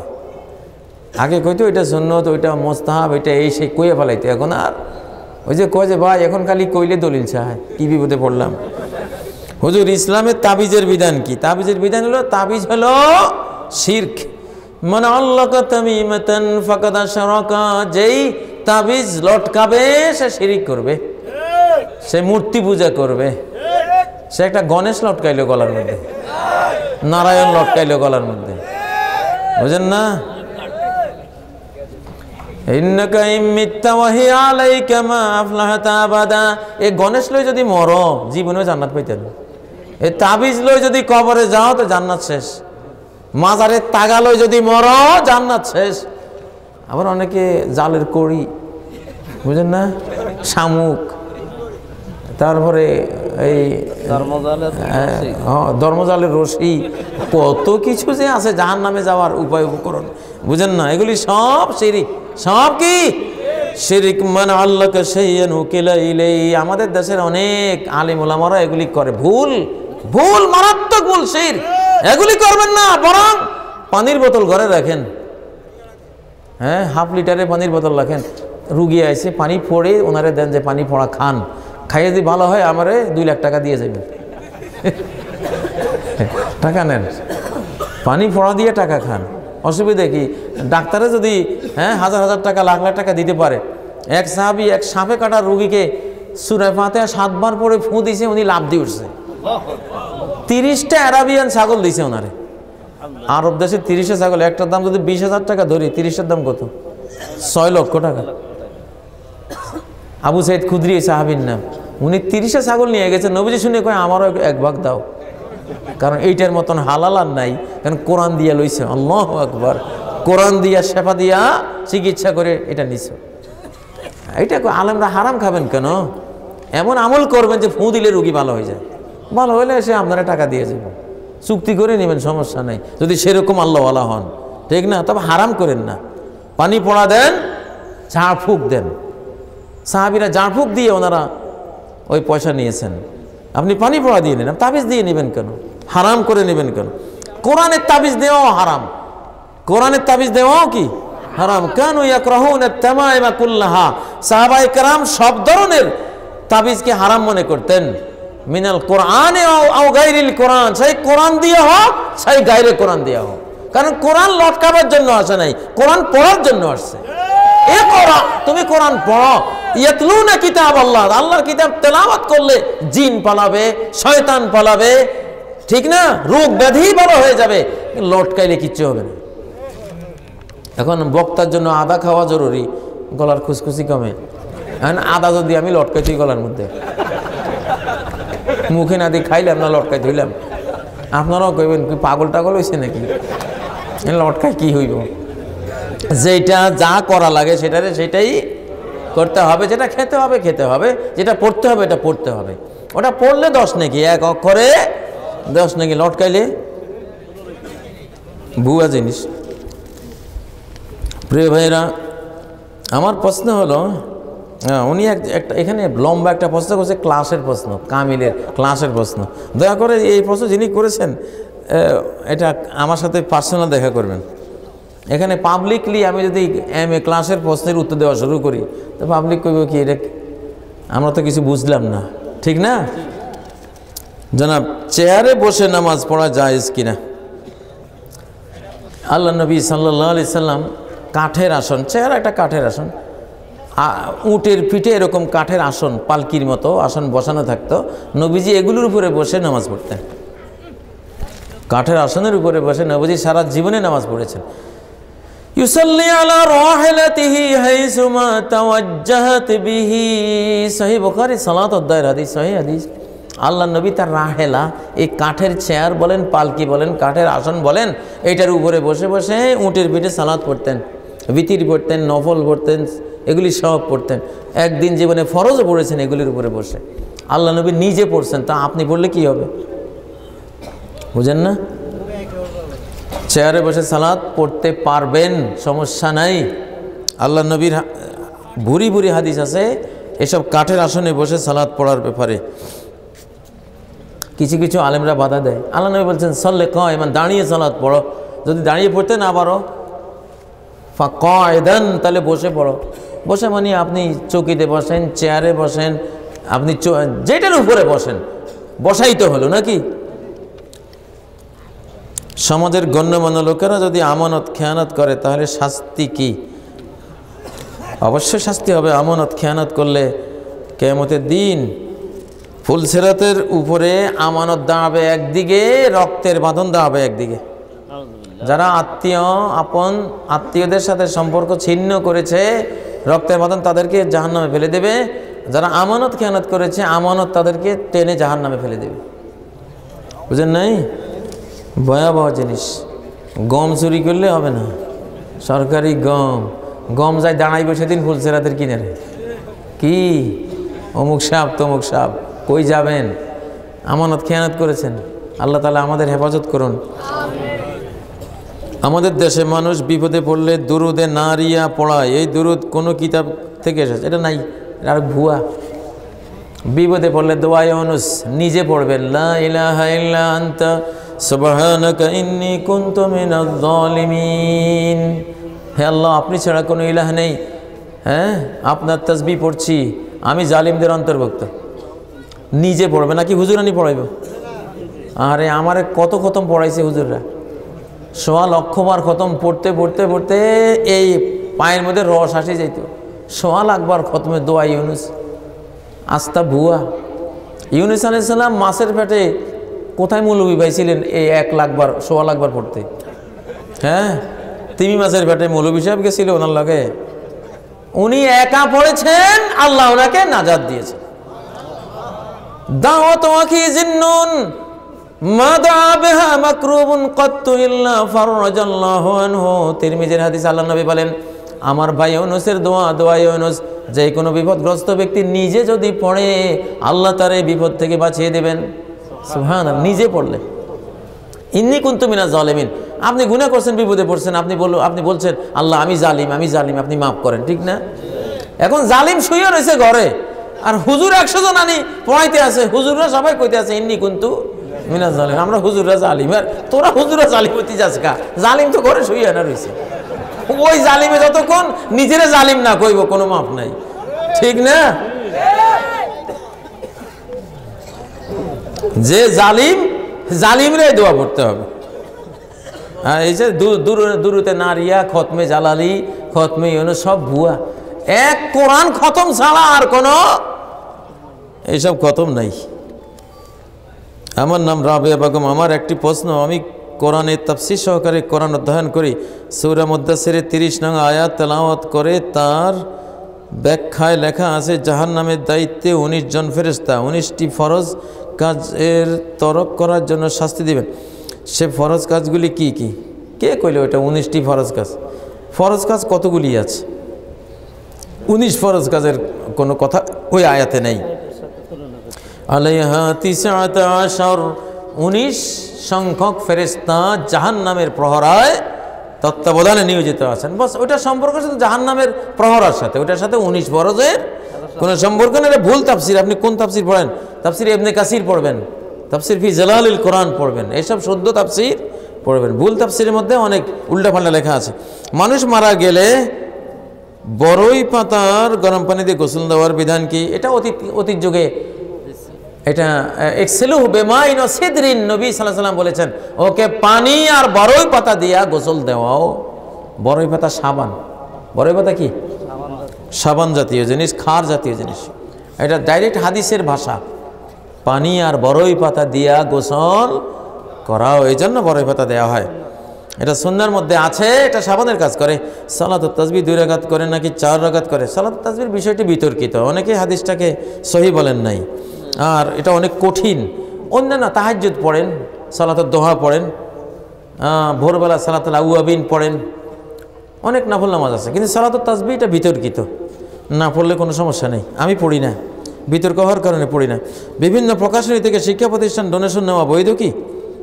প্রকাশনী থেকে শিক্ষা প্রতিষ্ঠানের ডোনেশন মানে ওনার বইগুলি যাতে শিক্ষা প্রতিষ্ঠানে চালায়, যেন ডোনেশন দেয়, এটা এক ধরনের ঘুষ। এটা কি ঘুষ? এগুলি নেবেন না। অনেক সময় লাইব্রেরির পক্ষ থেকে কিছু টাকাও ধরাই দেয়, দিয়া ওই নষ্ট বইগুলি চালিয়ে পোলাপানের জীবন নষ্ট করে। আচ্ছা, বিতরের নামাজের সহি নিয়ম সম্পর্কে জানতে চাই। সহি নিয়ম হলো যদি 3 রাকাত পড়েন তাহলে মাঝখানে বসবেন না। দ্বিতীয় রাকাত পড়ে যে আমরা বসি, এই বসাটা নাই, কোনো হাদিসে নাই। বৈঠকে এক বৈঠকে 3 রাকাত, 5 রাকাত পড়লেও এক বৈঠকে 5 রাকাত। সহি মুসলিমে রয়েছে ইউতিরু মিন যালিকা বিখামসিন লা ইয়াকুদু ইল্লা ফি আখিরিহিন্না। নবী সাল্লাল্লাহু আলাইহি সাল্লাম বিতির 5 রাকাত পড়লে লা ইয়াকুদু ইল্লা ফি আখিরিহিন্না, শুধু শেষ রাকাতে বসতেন, পঞ্চম রাকাতে বসতেন, মাঝখানে আর বসতেন না। আর 3 রাকাতের হাদিস আয়েশা সিদ্দিকা থেকে রয়েছে কানা রাসূলুল্লাহ সাল্লাল্লাহু আলাইহি সাল্লাম ইজা আওতারা বিসালাস লাম ইয়াকুদ ইল্লা ফি আখিরিহিন্না। নবী সাল্লাল্লাহু আলাইহি সাল্লাম 3 রাকাত বিতির পড়লে শুধু এক বৈঠক করতেন, শেষ বৈঠকটা, মাঝখানে বৈঠক করতেন না। আমাদের দেশে আমিও আজীবন পড়ছি, মাঝখানে বসছি, কিন্তু এই বসার কোনো দলিল না। যেটা দলিল নেই ওটা মাইনাস। ওটা কি মাইনাস? ওটা করার কোনো দরকার নেই। দীপ্ত টিভিতে প্রচারিত সুলতান সুলেমান ও ইউসুফ জুলেখা দেখা কতটা যুক্তিসঙ্গত? ইউসুফ জুলেখা না, ইউসুফ জুলেখা কারণ একজন নবী নিয়া, এরা একজন নবীর শান আদব এগুলি রক্ষা করতে পারে না। হ্যাঁ, নবী নিয়া নাটক চলে না। হ্যাঁ, সুলতান সুলেমান ওটা উনি একজন মহান তুরস্কের সাম্রাজ্যের খলিফা ছিলেন। ওইটার মধ্যে কোনো আকিদাগত খারাপই নেই, ওই জিনিসগুলি আছে, কিন্তু সেখানেও মহিলাদেরকে যেভাবে শো করে আপত্তিকরভাবে শো করে। তারপরেও সুলতান সুলেমানটা ইসলামের সাথে কোনো সাংঘর্ষিক না, কিন্তু কিছু মহিলাদের কিছু ড্রেসটের সাংঘর্ষিক, মূল বিষয়টা ঠিক আছে, কিন্তু ইউসুফ জুলেখার মূল বিষয়ের মধ্যে কি আছে? গণ্ডগোল আছে, ওটা দেখা যাবে না। যেসব ইসলামিক সঙ্গীতে মিউজিক দেওয়া হয় ওই সকল ইসলামিক সঙ্গীত শোনা যাবে কি না? মিউজিক দিলে শোনা যাবে না। দফ দিলে শুনতে পারবেন। তারপরেও সেটাও অনেকে বলছেন যে বিয়ে আর ঈদ ছাড়া দফের ব্যাপারেও কোনো হাদিস নাই, যেটা দলিল নাই ওটা করবেন কেন? মিউজিক ছাড়াই ইসলামী সঙ্গীত বলতে হবে, মিউজিক সহ ইসলামী সঙ্গীত হবে না। ইন্নাল্লাহা হাররামাল কুবাতা ওয়াল কিন্নিন, এই যে ঢোল তবলা, তারপরে এইসব মাজিফ, উমিরতু ইন্নামা বুইস্তু লিমাহকিল মাআজিফি ওয়াল মাজামির, আমি তো প্রেরিতই হয়েছি বাদ্যযন্ত্র ধ্বংস করার জন্য, অতএব এসব বাদ্যযন্ত্র শোনা যাবে না। আমার প্রশ্নটা হলো, কোনো মুসলমান মৃত্যুর পর তার আত্মীয় স্বজন যদি তার জন্য কোনো মেজবানি খাওয়ায়, তা শরীয়ত সম্মত কিনা? শরীয়ত সম্মত না, তা হইল মহাভারত সম্মত, এটা হলো বেদ পুরাণ সম্মত। ওটা হিন্দু ধর্ম অনুষ্ঠান, আপনি মুসলমান হয়ে করবেন কি জন্য? শ্রাদ্ধ 40 দিনে শ্রাদ্ধ করা হয়, এটা কোন ধর্মের? এটা হিন্দু ধর্মের। এটার সাথে মুসলমান ধর্মের কোনো সম্পর্ক নাই। 4 দিনা 40 দিনা এই শ্রাদ্ধ জিয়াফত করবেন, সাথে সাথে কবর আযাব শুরু হয়ে যাবে। এই বক্তব্যটা আমি দিয়ে থাকি ইউটিউবে, বেশি করে আমি বলে থাকি। আপনি মৃত ব্যক্তির জন্য 12টা কাজ করতে পারেন। কয়টা? 12টা কাজ করতে পারেন। মুসহাফান ওয়ার রসা, মায়ের বাপের নামে কিছু কোরআনে কারীম কিনে বা তাফসির কিনে মসজিদ মাদ্রাসা বা ব্যক্তিকে উপহার দিতে পারেন। যতদিন পড়া হবে তারা সওয়াব পাবেন, বুঝেন না? মসজিদান বানাহু, মা বাবার নামে একটা মসজিদ দিতে পারেন বা আংশিক দিতে পারেন। যতকাল এই মসজিদ থাকবে তারা এর সওয়াব পেতে থাকবে। ওয়ালাদান সালেহান তারাকা, একটা নেককার সন্তান যদি রেখে যান, নেককার সন্তান আপনার জন্য দোয়া করবে, আপনি কবরে এ সওয়াব পেতে থাকবেন। নহরান আজরাহু, কোনো একটা নদী বা খাল বিল খনন করে দিলেন, পানি প্রবাহিত করে দিলেন, দুকুল চেপে কৃষকরা হাজার হাজার একর জমি চাষ করলো, আপনার মা বাবা এর সওয়াব পেতে থাকবে।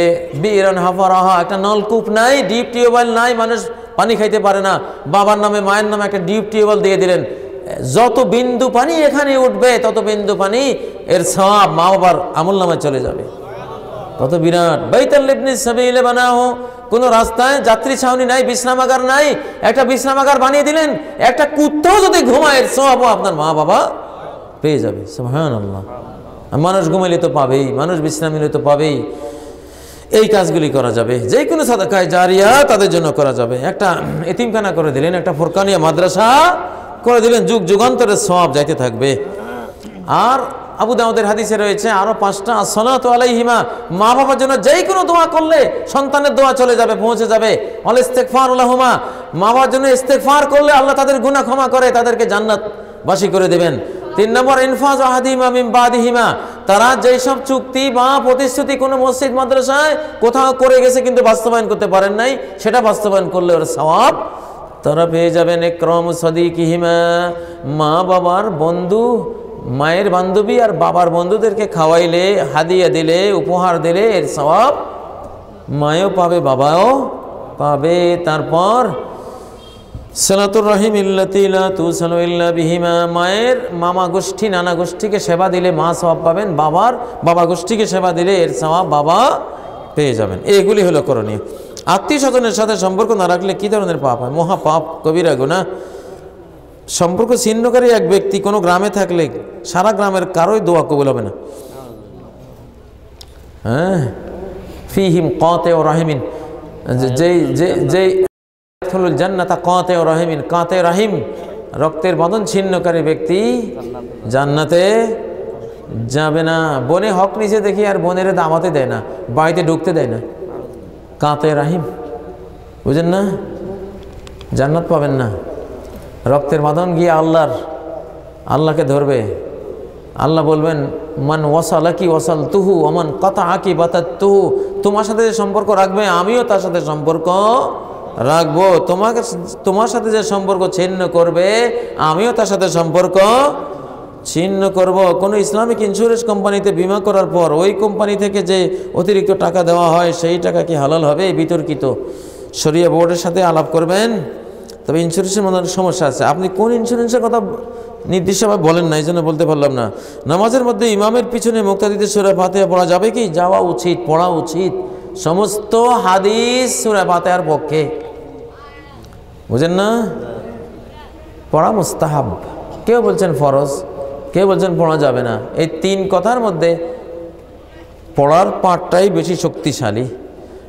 ফজরের নামাজের মধ্যেও নবীজি বলেছেন, ফালা তাফআলু ইল্লা বিউম্মিল কোরআন, এই ফজরের মধ্যে অন্য সূরা পড়ো না, তবে সূরা ফাতিহা পড়বা।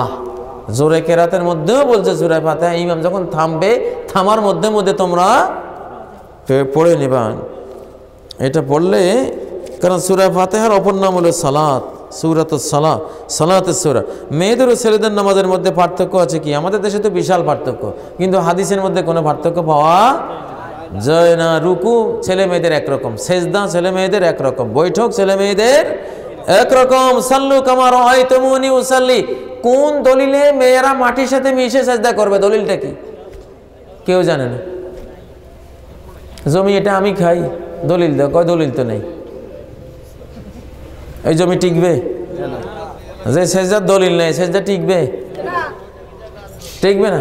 উমিরতু আন আসজুদা আলা সাবআতি আযমিন, 7 অঙ্গের উপরে সেজদা করব, এটা আমাকে আদেশ করা হয়েছে। নারীরা 9-10 অঙ্গের উপরে সেজদা করে। দলিল কি?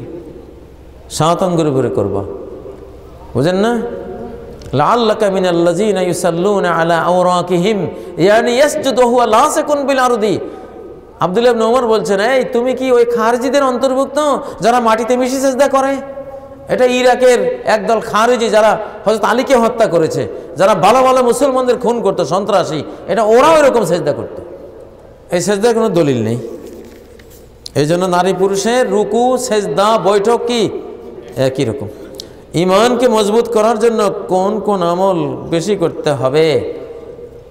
যত সুন্নত আছে, সহি আমল আছে, এগুলি করবেন। কোরআন তেলাওয়াত করলে ঈমান বেড়ে যায়। রাস্তা থেকে একটা খড়কুটা কষাদায়ক জিনিস সরাইলে কি ঈমান বেড়ে যায়। জিকিরে ঈমান বেড়ে যায়, যাকাত দিলে ঈমান বেড়ে যায়, আল্লাহর জন্য সৎ কাজের আদেশ, অসৎ কাজের নিষেধ করলে ঈমান বেড়ে যায়। ঈমান বাড়াবার মতো 79টার মতো আমল আছে। কয়টা? 79টার মতো আমল আছে। এগুলি কোরআন হাদিস থেকে শিখে নিতে হবে, এতগুলি বলার সময় নেই। মুসলমানের জন্য কি ইসলামী দল করা ফরজ? দয়া করে বলবেন। ইসলাম নিজেই তো একটা দল। দল অনেকগুলি আছে, আর দল বাড়ানোর দরকার নেই। যেগুলি আছে এখন তোমরা সবাই মিলিয়ে এক দল হইয়া যাও। পদ্মা, মেঘনা, যমুনা সব মিলিয়ে বঙ্গোপসাগরে পড়ে সাগর হইয়া যাও, ঠিক না? তাহলে আর কেউ মারতে পারবে না। নতুন করে কোনো দল বাড়াবার দরকার নাই। বহু দল আছে, সব এক হইয়া যাও ভাই। হ্যাঁ, ঠিক না? আমরা আমাদের সর্ববৃহৎ দল হলো ইসলাম। ইসলাম নিজে একটা সংগঠন, ইসলাম নিজেই একটা সংগঠন। এই সংগঠনের সদস্য সবাই হয়ে যাব, যে যে দল করি না কেন ইসলামের পাশে সবাই ঐক্যবদ্ধ। তাহলে ইনশাআল্লাহ ইসলামের বিজয় সময়ের ব্যাপার মাত্র। দাড়িবিহীন ইমামের পেছনে নামাজ পড়ার বিধান কি? যদি তিনি সবচেয়ে বড় কারি সাহেব হন, কিন্তু দাড়ি কাটা কারি, কোরআন সবচেয়ে শুদ্ধ পড়েন, তাহলে ইমামতি করতে পারবেন। বুঝেন না? আরব দেশে আছে, দাড়ি টাড়ি কিচ্ছু নেই, নামাজ শুরু করে দিয়েছে ইমামতি। আল্লাহ, কেরাত যখন পড়ে মনে হয় যেন আসমান থেকে এইমাত্র কোরআন নাজিল হচ্ছে, এইরকম। এই মার্কা তো নাই মনে হয় বাংলাদেশে। দাড়ি কাটাগুলির মধ্যে এত সুন্দর কারি বাংলাদেশে পাওয়া যায় না। যাই হোক, তারপরে যদি কেউ এরকম থাকে করতে পারবে। ইয়াউমুল কওম আকরাউহুম লিকিতাবিল্লাহ, উপস্থিতির মধ্যে যিনি সবচেয়ে বড় কারি উনি ইমামত করবেন। এটা তো ইসলামের বিধান। কিন্তু যদি এমন কারি পাওয়া যায় যিনি দাড়িওয়ালা, আল্লাহওয়ালা, তিনি সর্বাবস্থায় উত্তম, সর্বাবস্থায় তিনি উত্তম। সাধারণত বাংলাদেশে কেউ দাড়ি কাটা মানুষের পিছনে সালাত পড়তে চায় না। আমাদের দেশে সংস্কৃতি এইভাবে গড়ে উঠেছে। এই জন্য ইমামতি করতে চাইলে আল্লাহর রাস্তায় দাঁড়িয়ে রাখবেন, দাঁড়িয়ে রেখেই ইমামতির মুসল্লায় যাবেন। কওমি মাদ্রাসার বিরুদ্ধে কথা বললে কি ওই লোককে নাস্তিক বলা ঠিক হবে? কেন? কওমি মাদ্রাসার কি সব কাজ ঠিক? আলিয়া মাদ্রাসার কি সব ঠিক কাজ? ভুল আছে না? ভুল আছে। আমাদের কওমি মাদ্রাসাগুলি বলেন, যে কোনো এসব মাদ্রাসার মধ্যে যেগুলি ভুল আছে আমরা সেই ভুল সমালোচনা করতে পারি। আলিয়া মাদ্রাসার ভুল আছে, পোলা মানে দাড়ি কাটে, হ্যাঁ, শার্ট প্যান্ট পরে, বিভিন্ন উল্টাপাল্টা কাজ করে, মন্দ কাজ করলে তো সমালোচনা করতে হবে।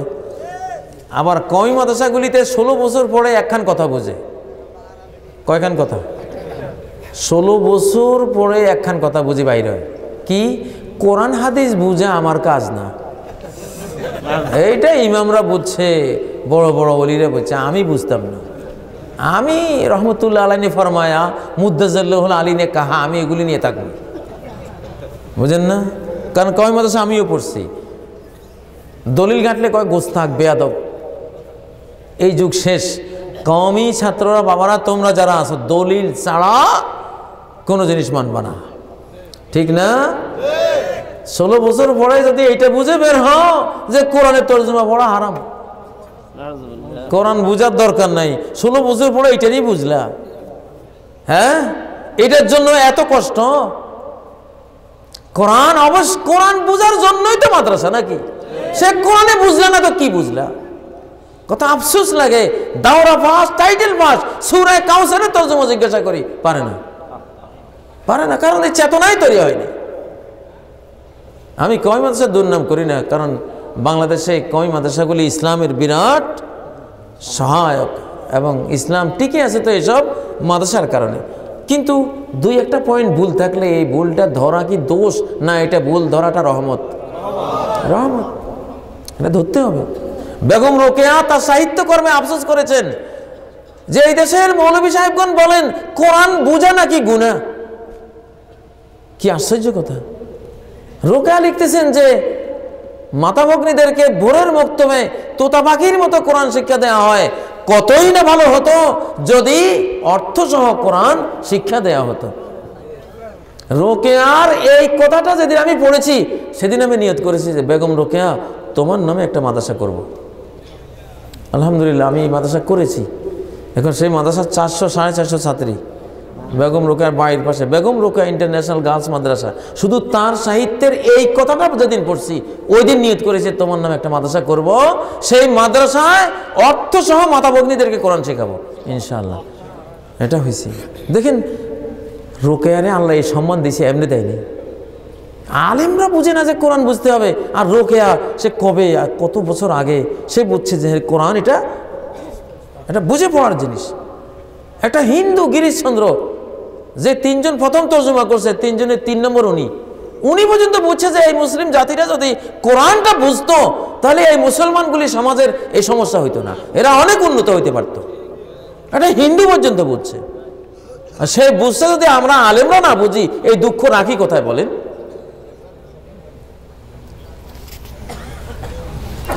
হুজুর আপনার কাছে একটা প্রশ্ন, বিদেশে স্বামী মারা গেলে স্ত্রী কি মুখ দেখাতে পারবে কিনা, অথবা চুড়ি খোলা, নাকফুল, সাদা কাপড় পরা এগুলো করা ঠিক কিনা? অবশ্যই করতে হবে।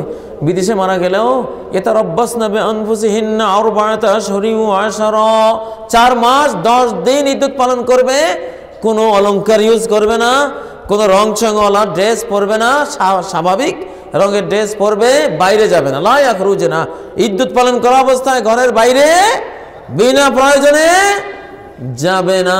একজন মহিলা হজে রওনা দিয়েছিল, ফরজ হজ, প্রতিমধ্যে ওনার স্বামী মারা গেছে, হযরত ওমর তাকে বাড়িতে পাঠিয়ে দিয়েছে, বাড়িতে যাও, এখন হজও করা যাবে না।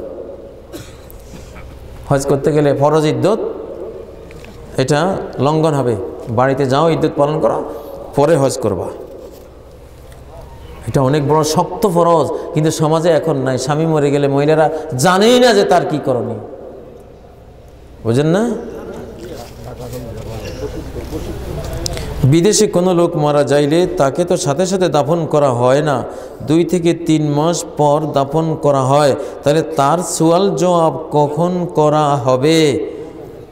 সওয়াল জবাব ওই লাশ অবস্থা সারি ফেলা হবে। এটা কোনো জরুরি না যে 2-3 মাস পরে। কারো তো আছে লাশ দাফনে হয় নাই, আজকালকার কত মানুষ লাশ দান করে দেয়, তো এদের সওয়াল জবাব কবে হবে? ওই সময় সারানো হবে। ফের আমাদের লাশ দাফন হয় নাই, সওয়াল জবাব কি হয় নাই? হয়ে গেছে। কবর মানে হলো হাসরের ময়দান আর দুনিয়ার মাঝামাঝি টাইমটা, এটা হলো কবর। বারজাখ, আলামে বারজাখ, বারজাখের মধ্যে তার এটা প্রশ্ন হবেই।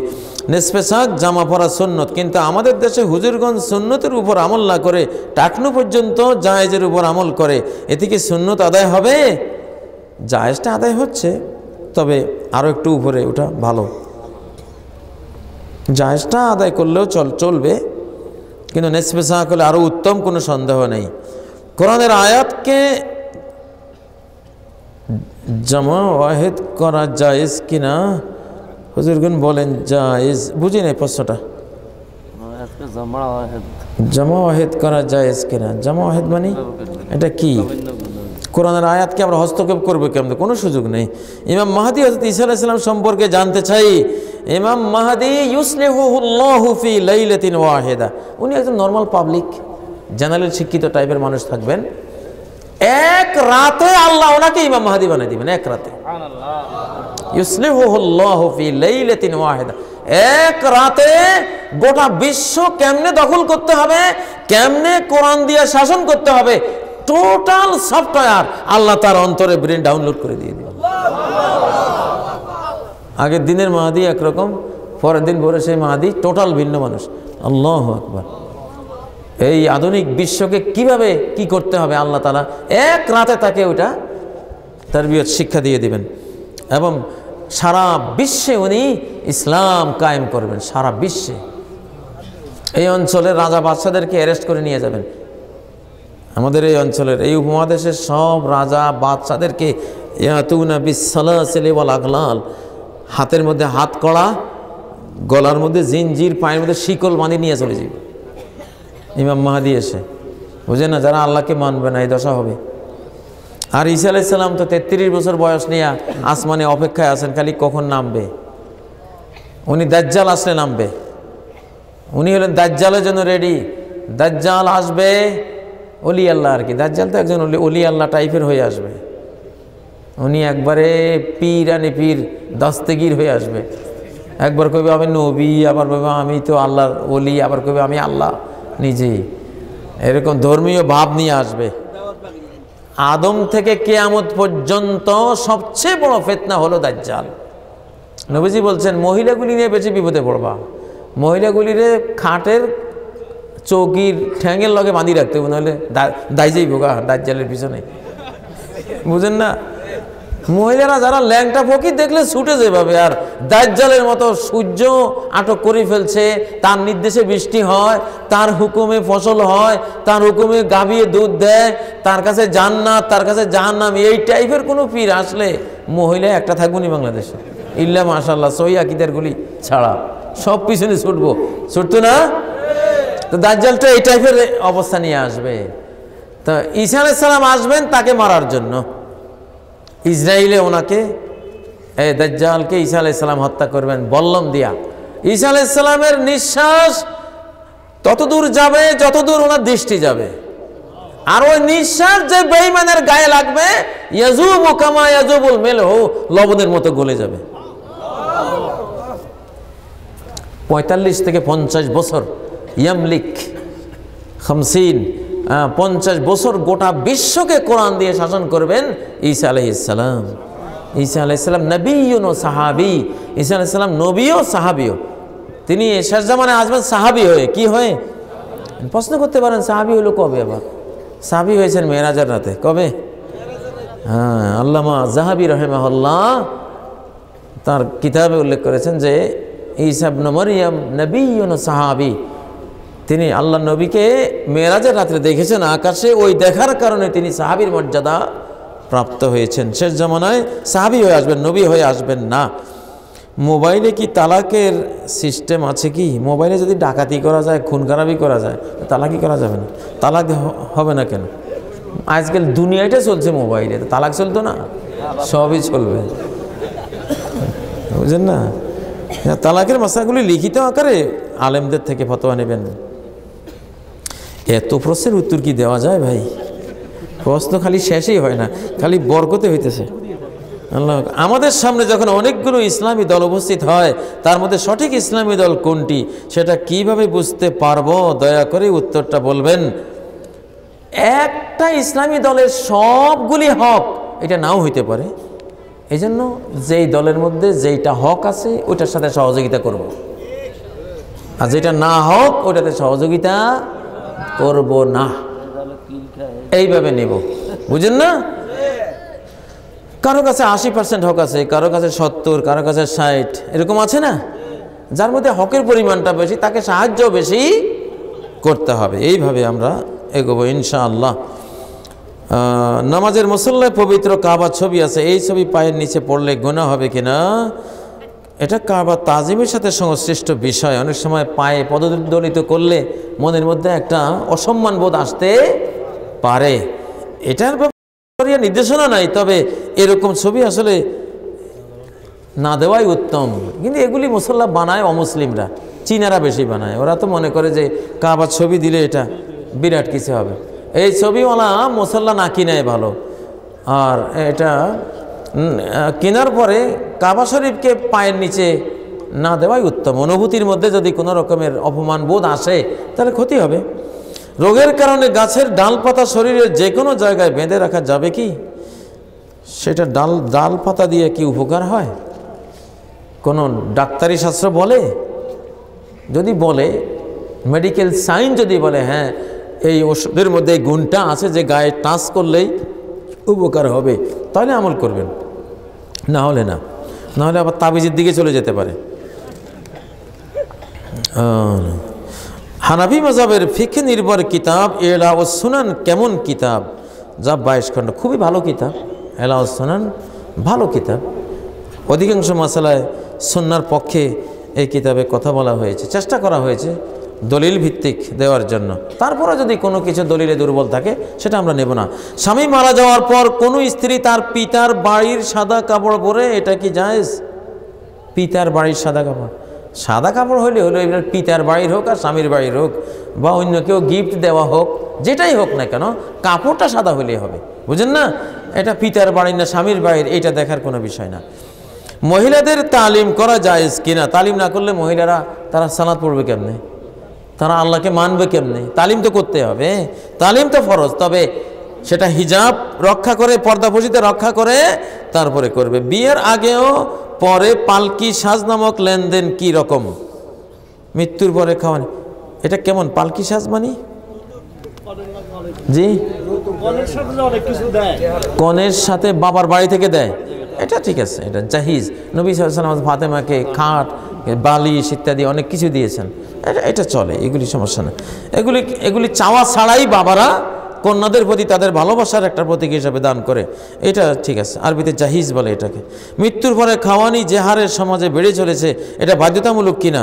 আল্লাহু আকবার, এটা তো ইসালে আযাব, ইসালে আযাব। মা বাবারে আযাব দিতে চাইলে খাওয়াইবেন, আযাব আরম্ভ হয়ে যাবে। কোরআন ও সহিহ হাদিসে অকাট্য দলিল দেওয়ার পরেও একদল আলেম সমাজ ও মুরব্বীগণ মেনে নিতে চায় না। এই বুড়াগুলি মরুক, আল্লাহ এগুলি মরলে তারপরে ইসলামটা এই দেশে সঠিকভাবে কায়েম হয়ে যাবে ইনশাআল্লাহ। এগুলি মরা পর্যন্ত অপেক্ষা করো।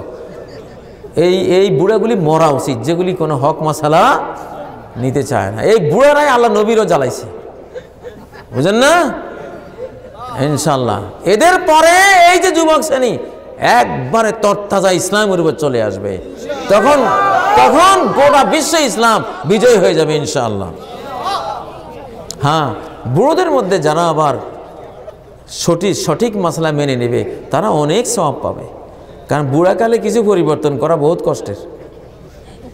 জওয়ানকালে পরিবর্তন করা সহজ, বুড়াকালে পরিবর্তন করা বহুত কষ্ট। সে বুদ্ধিও থাকে না, ব্রেন ধরেও না। তারপরেও যদি কেউ চেঞ্জ করে, আল্লাহ রাসূল যদি তারে তৌফিক দেন, আল্লাহ যদি তৌফিক দেন, তাহলে কিন্তু বিরাট মর্যাদা। যে বুড়াকালেও সে এটা সত্যকে গ্রহণ করেছে। একই প্রশ্ন কয়েকবার এসে গেছে। রাসূলুল্লাহ সাল্লাল্লাহু আলাইহি ওয়াসাল্লাম বলেছেন ওনার জীবনের সবচেয়ে বড় ভয় পথভ্রষ্ট আলেম। প্রশ্ন হচ্ছে এই পথভ্রষ্ট আলেম চেনার সহজ কিছু উপায় বলে দিন। পথভ্রষ্ট আলেম যারা তাওহীদের জ্ঞান রাখে না, উলামায়ে সু, আল্লাহ 99 নামের কোনো জ্ঞান নেই। ইন্নামা ইয়াখশাল্লাহা মিন ইবাদিহিল উলামা, আল্লাহর বান্দাদের মধ্যে যারা আল উলামা বিল্লাহ, যারা আল্লাহর গুণাবলী সম্পর্কে জানে, আল্লাহ 99 নামের বিস্তারিত ব্যাখ্যা সহ জানে, আল্লাহর একত্ববাদ সম্পর্কে যারা জানে, এই শ্রেণীর আলেম এরা হলো হকপন্থী আলেম। এদের অন্তরে আল্লাহর ভয় থাকে। আর শুধু মাসলা মাসাইল জানে, আল্লাহর তাওহীদের জ্ঞান জানে না, শিরকের জ্ঞান জানে না। এই আলেমগুলি সমাজের জন্য অনেক সমস্যা। এদের মধ্যে আল্লাহর ভয় থাকে না, উল্টা পাল্টা কথা বলে বেড়ায়। নামাজের আরবি নিয়ত করা যায়, নামাজে দাঁড়িয়ে তাকবীরে তাহরিমের পূর্বে ইন্নী ওয়াজ্জাহতু পড়া এবং নামাজের শেষে সম্মিলিত মুনাজাত সম্পর্কে কোরআন হাদিসের আলোকে বিশুদ্ধভাবে জানতে চাই। নামাজের আরবি নিয়ত বেদাত, সুন্নতের খেলাফ, আরবি কোনো নিয়ত নাই। যায় নামাজের দাঁড়িয়ে তাকবীরে তাহরিমের পূর্বে ইন্নী ওয়াজ্জাহতু পড়াও আরেক বেদাত, ইন্নী ওয়াজ্জাহতু তাকবীরের পূর্বে পড়া বেদাত, তাকবীরের পরে পড়া সুন্নত। আল্লাহু আকবার। এরপরে সুবহানাকাল্লাহুম্মা পড়তে পারেন, ওয়াজ্জাহতু ওয়াজহিয়া লিল্লাহ, যেটা একটা সানা, এটা একটা কি সানা, আবু দাউদের রাওয়ায়াতে এসেছে নবী সাল্লাল্লাহু আলাইহি সাল্লাম এই সানা পড়তেন। এটা তাকবীরের পরে পড়া সুন্নত, কিন্তু আগে পড়া বেদাত, সুন্নতের খেলাফ। আর সম্মিলিত মুনাজাত যেটা, এটার কোনো ভিত্তি নেই, এটার কোনো ভিত্তি নেই। সালাতে ইমাম সালাম ফিরালে কুল্লুন ইয়াখলু বিনাফসি, প্রত্যেক মুসল্লি পার্সোনাল জিকির করবে, একলা জিকির করবে সে আর তার আল্লাহ। হ্যাঁ, সে তার আল্লাহকে সুবহানাল্লাহ সুবহানাল্লাহ আলহামদুলিল্লাহ আলহামদুলিল্লাহ আল্লাহু আকবার আল্লাহু আকবার, পার্সোনাল জিকির কি করবে? পার্সোনাল জিকির করবে। সম্মিলিত আর কিছু নাই, সম্মিলিত শেষ, সালাম ফিরাবার সাথে সাথে শেষ। অনেকে বলে আমরা খোলামেলা চলাফেরা করি, আমরা মাইন্ড ফ্রি। যারা পর্দা করে তাদের মনে নাকি অনেক প্রকার শয়তানি। এ ব্যাপারে কিছু বলুন। ওনারা ফ্রি মাইন্ড হয়ে গেছে, বোঝেন না? তার পড়া গেছে, এখন কারেন্ট কই, আমি তো তার ধরতে আছি, শর্ট করে না তো। এখন এই তার এটা ফুড়ে গিয়ে কি হয়ে গেছে, ফ্রি মাইন্ড হয়ে গেছে। বিদ্যুৎ নাই, দড়ি কচলাইলেও ধরে না। আর যেটা জিন দেয় তার, ওরে বাপরে বাপ, ওটা কাছে নিলে টানি ধরে, ঠিক না?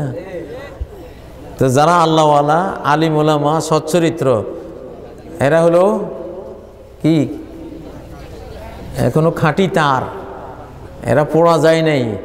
এই জন্য মাইন্ডের মধ্যে শর্ট করবে, আকর্ষণ করবে, এটা ভালো লক্ষণ। ফ্রি মাইন্ড হয়ে গেছে মানে তোর কিচ্ছু নেই, তোর যৌবনও শেষ, জীবনও শেষ। হ্যাঁ, উপরে খোকা, ভিতরে বুড়ার দাদা, বুঝেন নাই? ফ্রি হয়ে গেছে, এটা খুব খারাপ লক্ষণ, খারাপ লক্ষণ। ও ভাইয়েরা,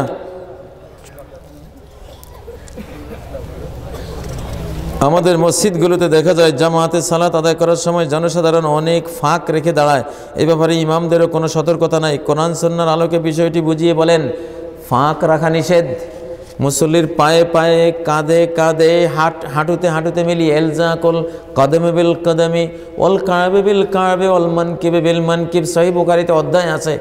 পায়ের সাথে পা, টাকনোর সাথে টাকনু, কাঁধের সাথে কাঁধ মিলিয়ে সীসা ডালা প্রাচীরের মতো জামাতবদ্ধ। জামাত মানে একেবারে গায়ে গায়ে লেগে লেগে দাঁড়ানো। সাহাবায়ে কেরামদের আল্লামা কাসিম ইবনে কতলু বেগা উনি বলেছেন, ইবনে আমরুল হাজ ওনার কিতাবে লিখেছেন যে সাহাবীদের জামা ছিটতো এখান দিয়া। কেন? নামাজের ঘষাঘষিতে এত টাইট হয়ে দাঁড়াইতেন। যত ঘন হয়ে দাঁড়াবেন তত হৃদয়ে হৃদয়ে মিল সৃষ্টি হবে, দেহ যত ফারাক, মনেও তত ফারাক তৈরি হবে। মান সাদ্দা ফুরজাতান ফিস সাফফি বানাল্লাহু লাহু বাইতান ফিল জান্নাহ, যে ব্যক্তি দুই মুসল্লির মাঝখানের ফাঁক বন্ধ করবে তার জন্য আল্লাহ জান্নাতে একটা প্রাসাদ নির্মাণ করবেন।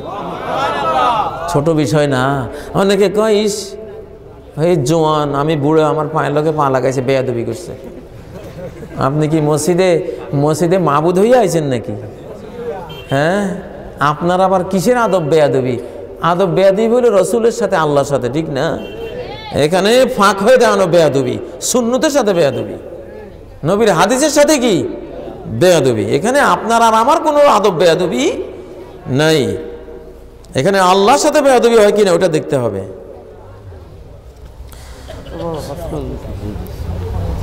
অনেক বড় বড় প্রশ্ন। শীতের এই মৌসুমে গ্রামাঞ্চলে অসংখ্য অগণিত ওয়াজ মাহফিল হয়। তাওহীদ, শিরক, বিদআত, ঈমান, আকীদা সম্পর্কে দেশের বড় সংখ্যক আলেম ওলামা ওয়াইজিনদের কোনো বক্তব্য নাই। এসবের ব্যাপারে বিশাল সংখ্যক আলেম সমাজ বিভ্রান্ত, যার কারণে আমরা জনসাধারণ বিশুদ্ধ ইসলাম সম্পর্কে দিনের পর দিন অজ্ঞই থেকে যাচ্ছি। এই অবস্থা থেকে উত্তরণের উপায় কি? এই অবস্থা থেকে উত্তরণের উপায় হলো দাওরা পাস করার পরে 2 বছরের একটা ডিপ্লোমা করাইতে হবে, সহিহ আকীদার ডিপ্লোমা। দোয়া করেন, ইনশাআল্লাহ সেই উদ্যোগটা আমরা নিচ্ছি। দাওরা পাস, টাইটেল পাসের পরে আরও কিছু পাস করা লাগবে, ঠিক না? শিরিক পাস করা লাগবে, তাওহীদ পাস করা লাগবে, বেদাত পাস করা লাগবে, সুন্নত পাস করা লাগবে। সেই জ্ঞানগুলি দেওয়ার মতো একটা চিন্তা হচ্ছে। আল্লাহ তৌফিক দান করেন ইনশাআল্লাহ। যারা আরবিতে কোরআন শরীফ পড়তে পারে না তারা যদি বাংলা উচ্চারণ দেখে পড়ে তাদেরকে কোরআন শরীফ পড়া হবে? মোটেও হবে না, হারাম, হারাম। একেবারে কোরআনের অর্থ উল্টে পাল্টে কুফরি শিরকি বেঈমানির গর্তে পড়ে যাবেন আপনি, একেবারে হবে। বুঝেন না ও ভাইয়েরা? ইন্না ফি হাযা, আরে কোরআনের যে আয়াতটা, লিমান কানা লাহু কলবুন আও আলকাস সামআ ওয়া হুয়া শাহীদ, কোরআনের মধ্যে উপদেশ রয়েছে তার জন্য যার কলব আছে। কলব বাংলাতে লিখলে কালবন, কো আকার কা কালবন, কালবন মানে কুত্তা, কলবন মানে অন্তর, বাংলাতে লিখলে কি হয়? কালবন হয়, কুত্তা হয়। হায় রে হায়, একবারে অর্থ বিগড়ে গিয়ে কুফরি কালাম হয়ে যাবে।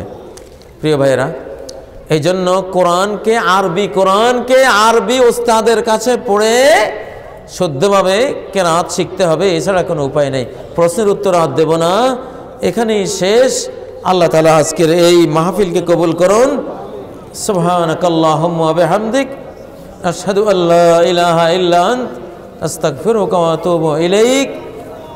আল্লাহ তাআলা এই মাহফিল যারা করেছেন তাদের সবাইকে মাফ করেন। আল্লাহ তাআলা যারা এখানে মাহফিল শুনেছেন তাদেরকেও ক্ষমা করেন, যারা ওয়াজ করেছেন তাদেরকে ক্ষমা করেন। এই গঙ্গা শিবপুর, এই বশিকপুর, এই অঞ্চলের জিন্দা মুর্দে সকল মুমিন মুমিনা মুসলিমাকে ক্ষমা করেন।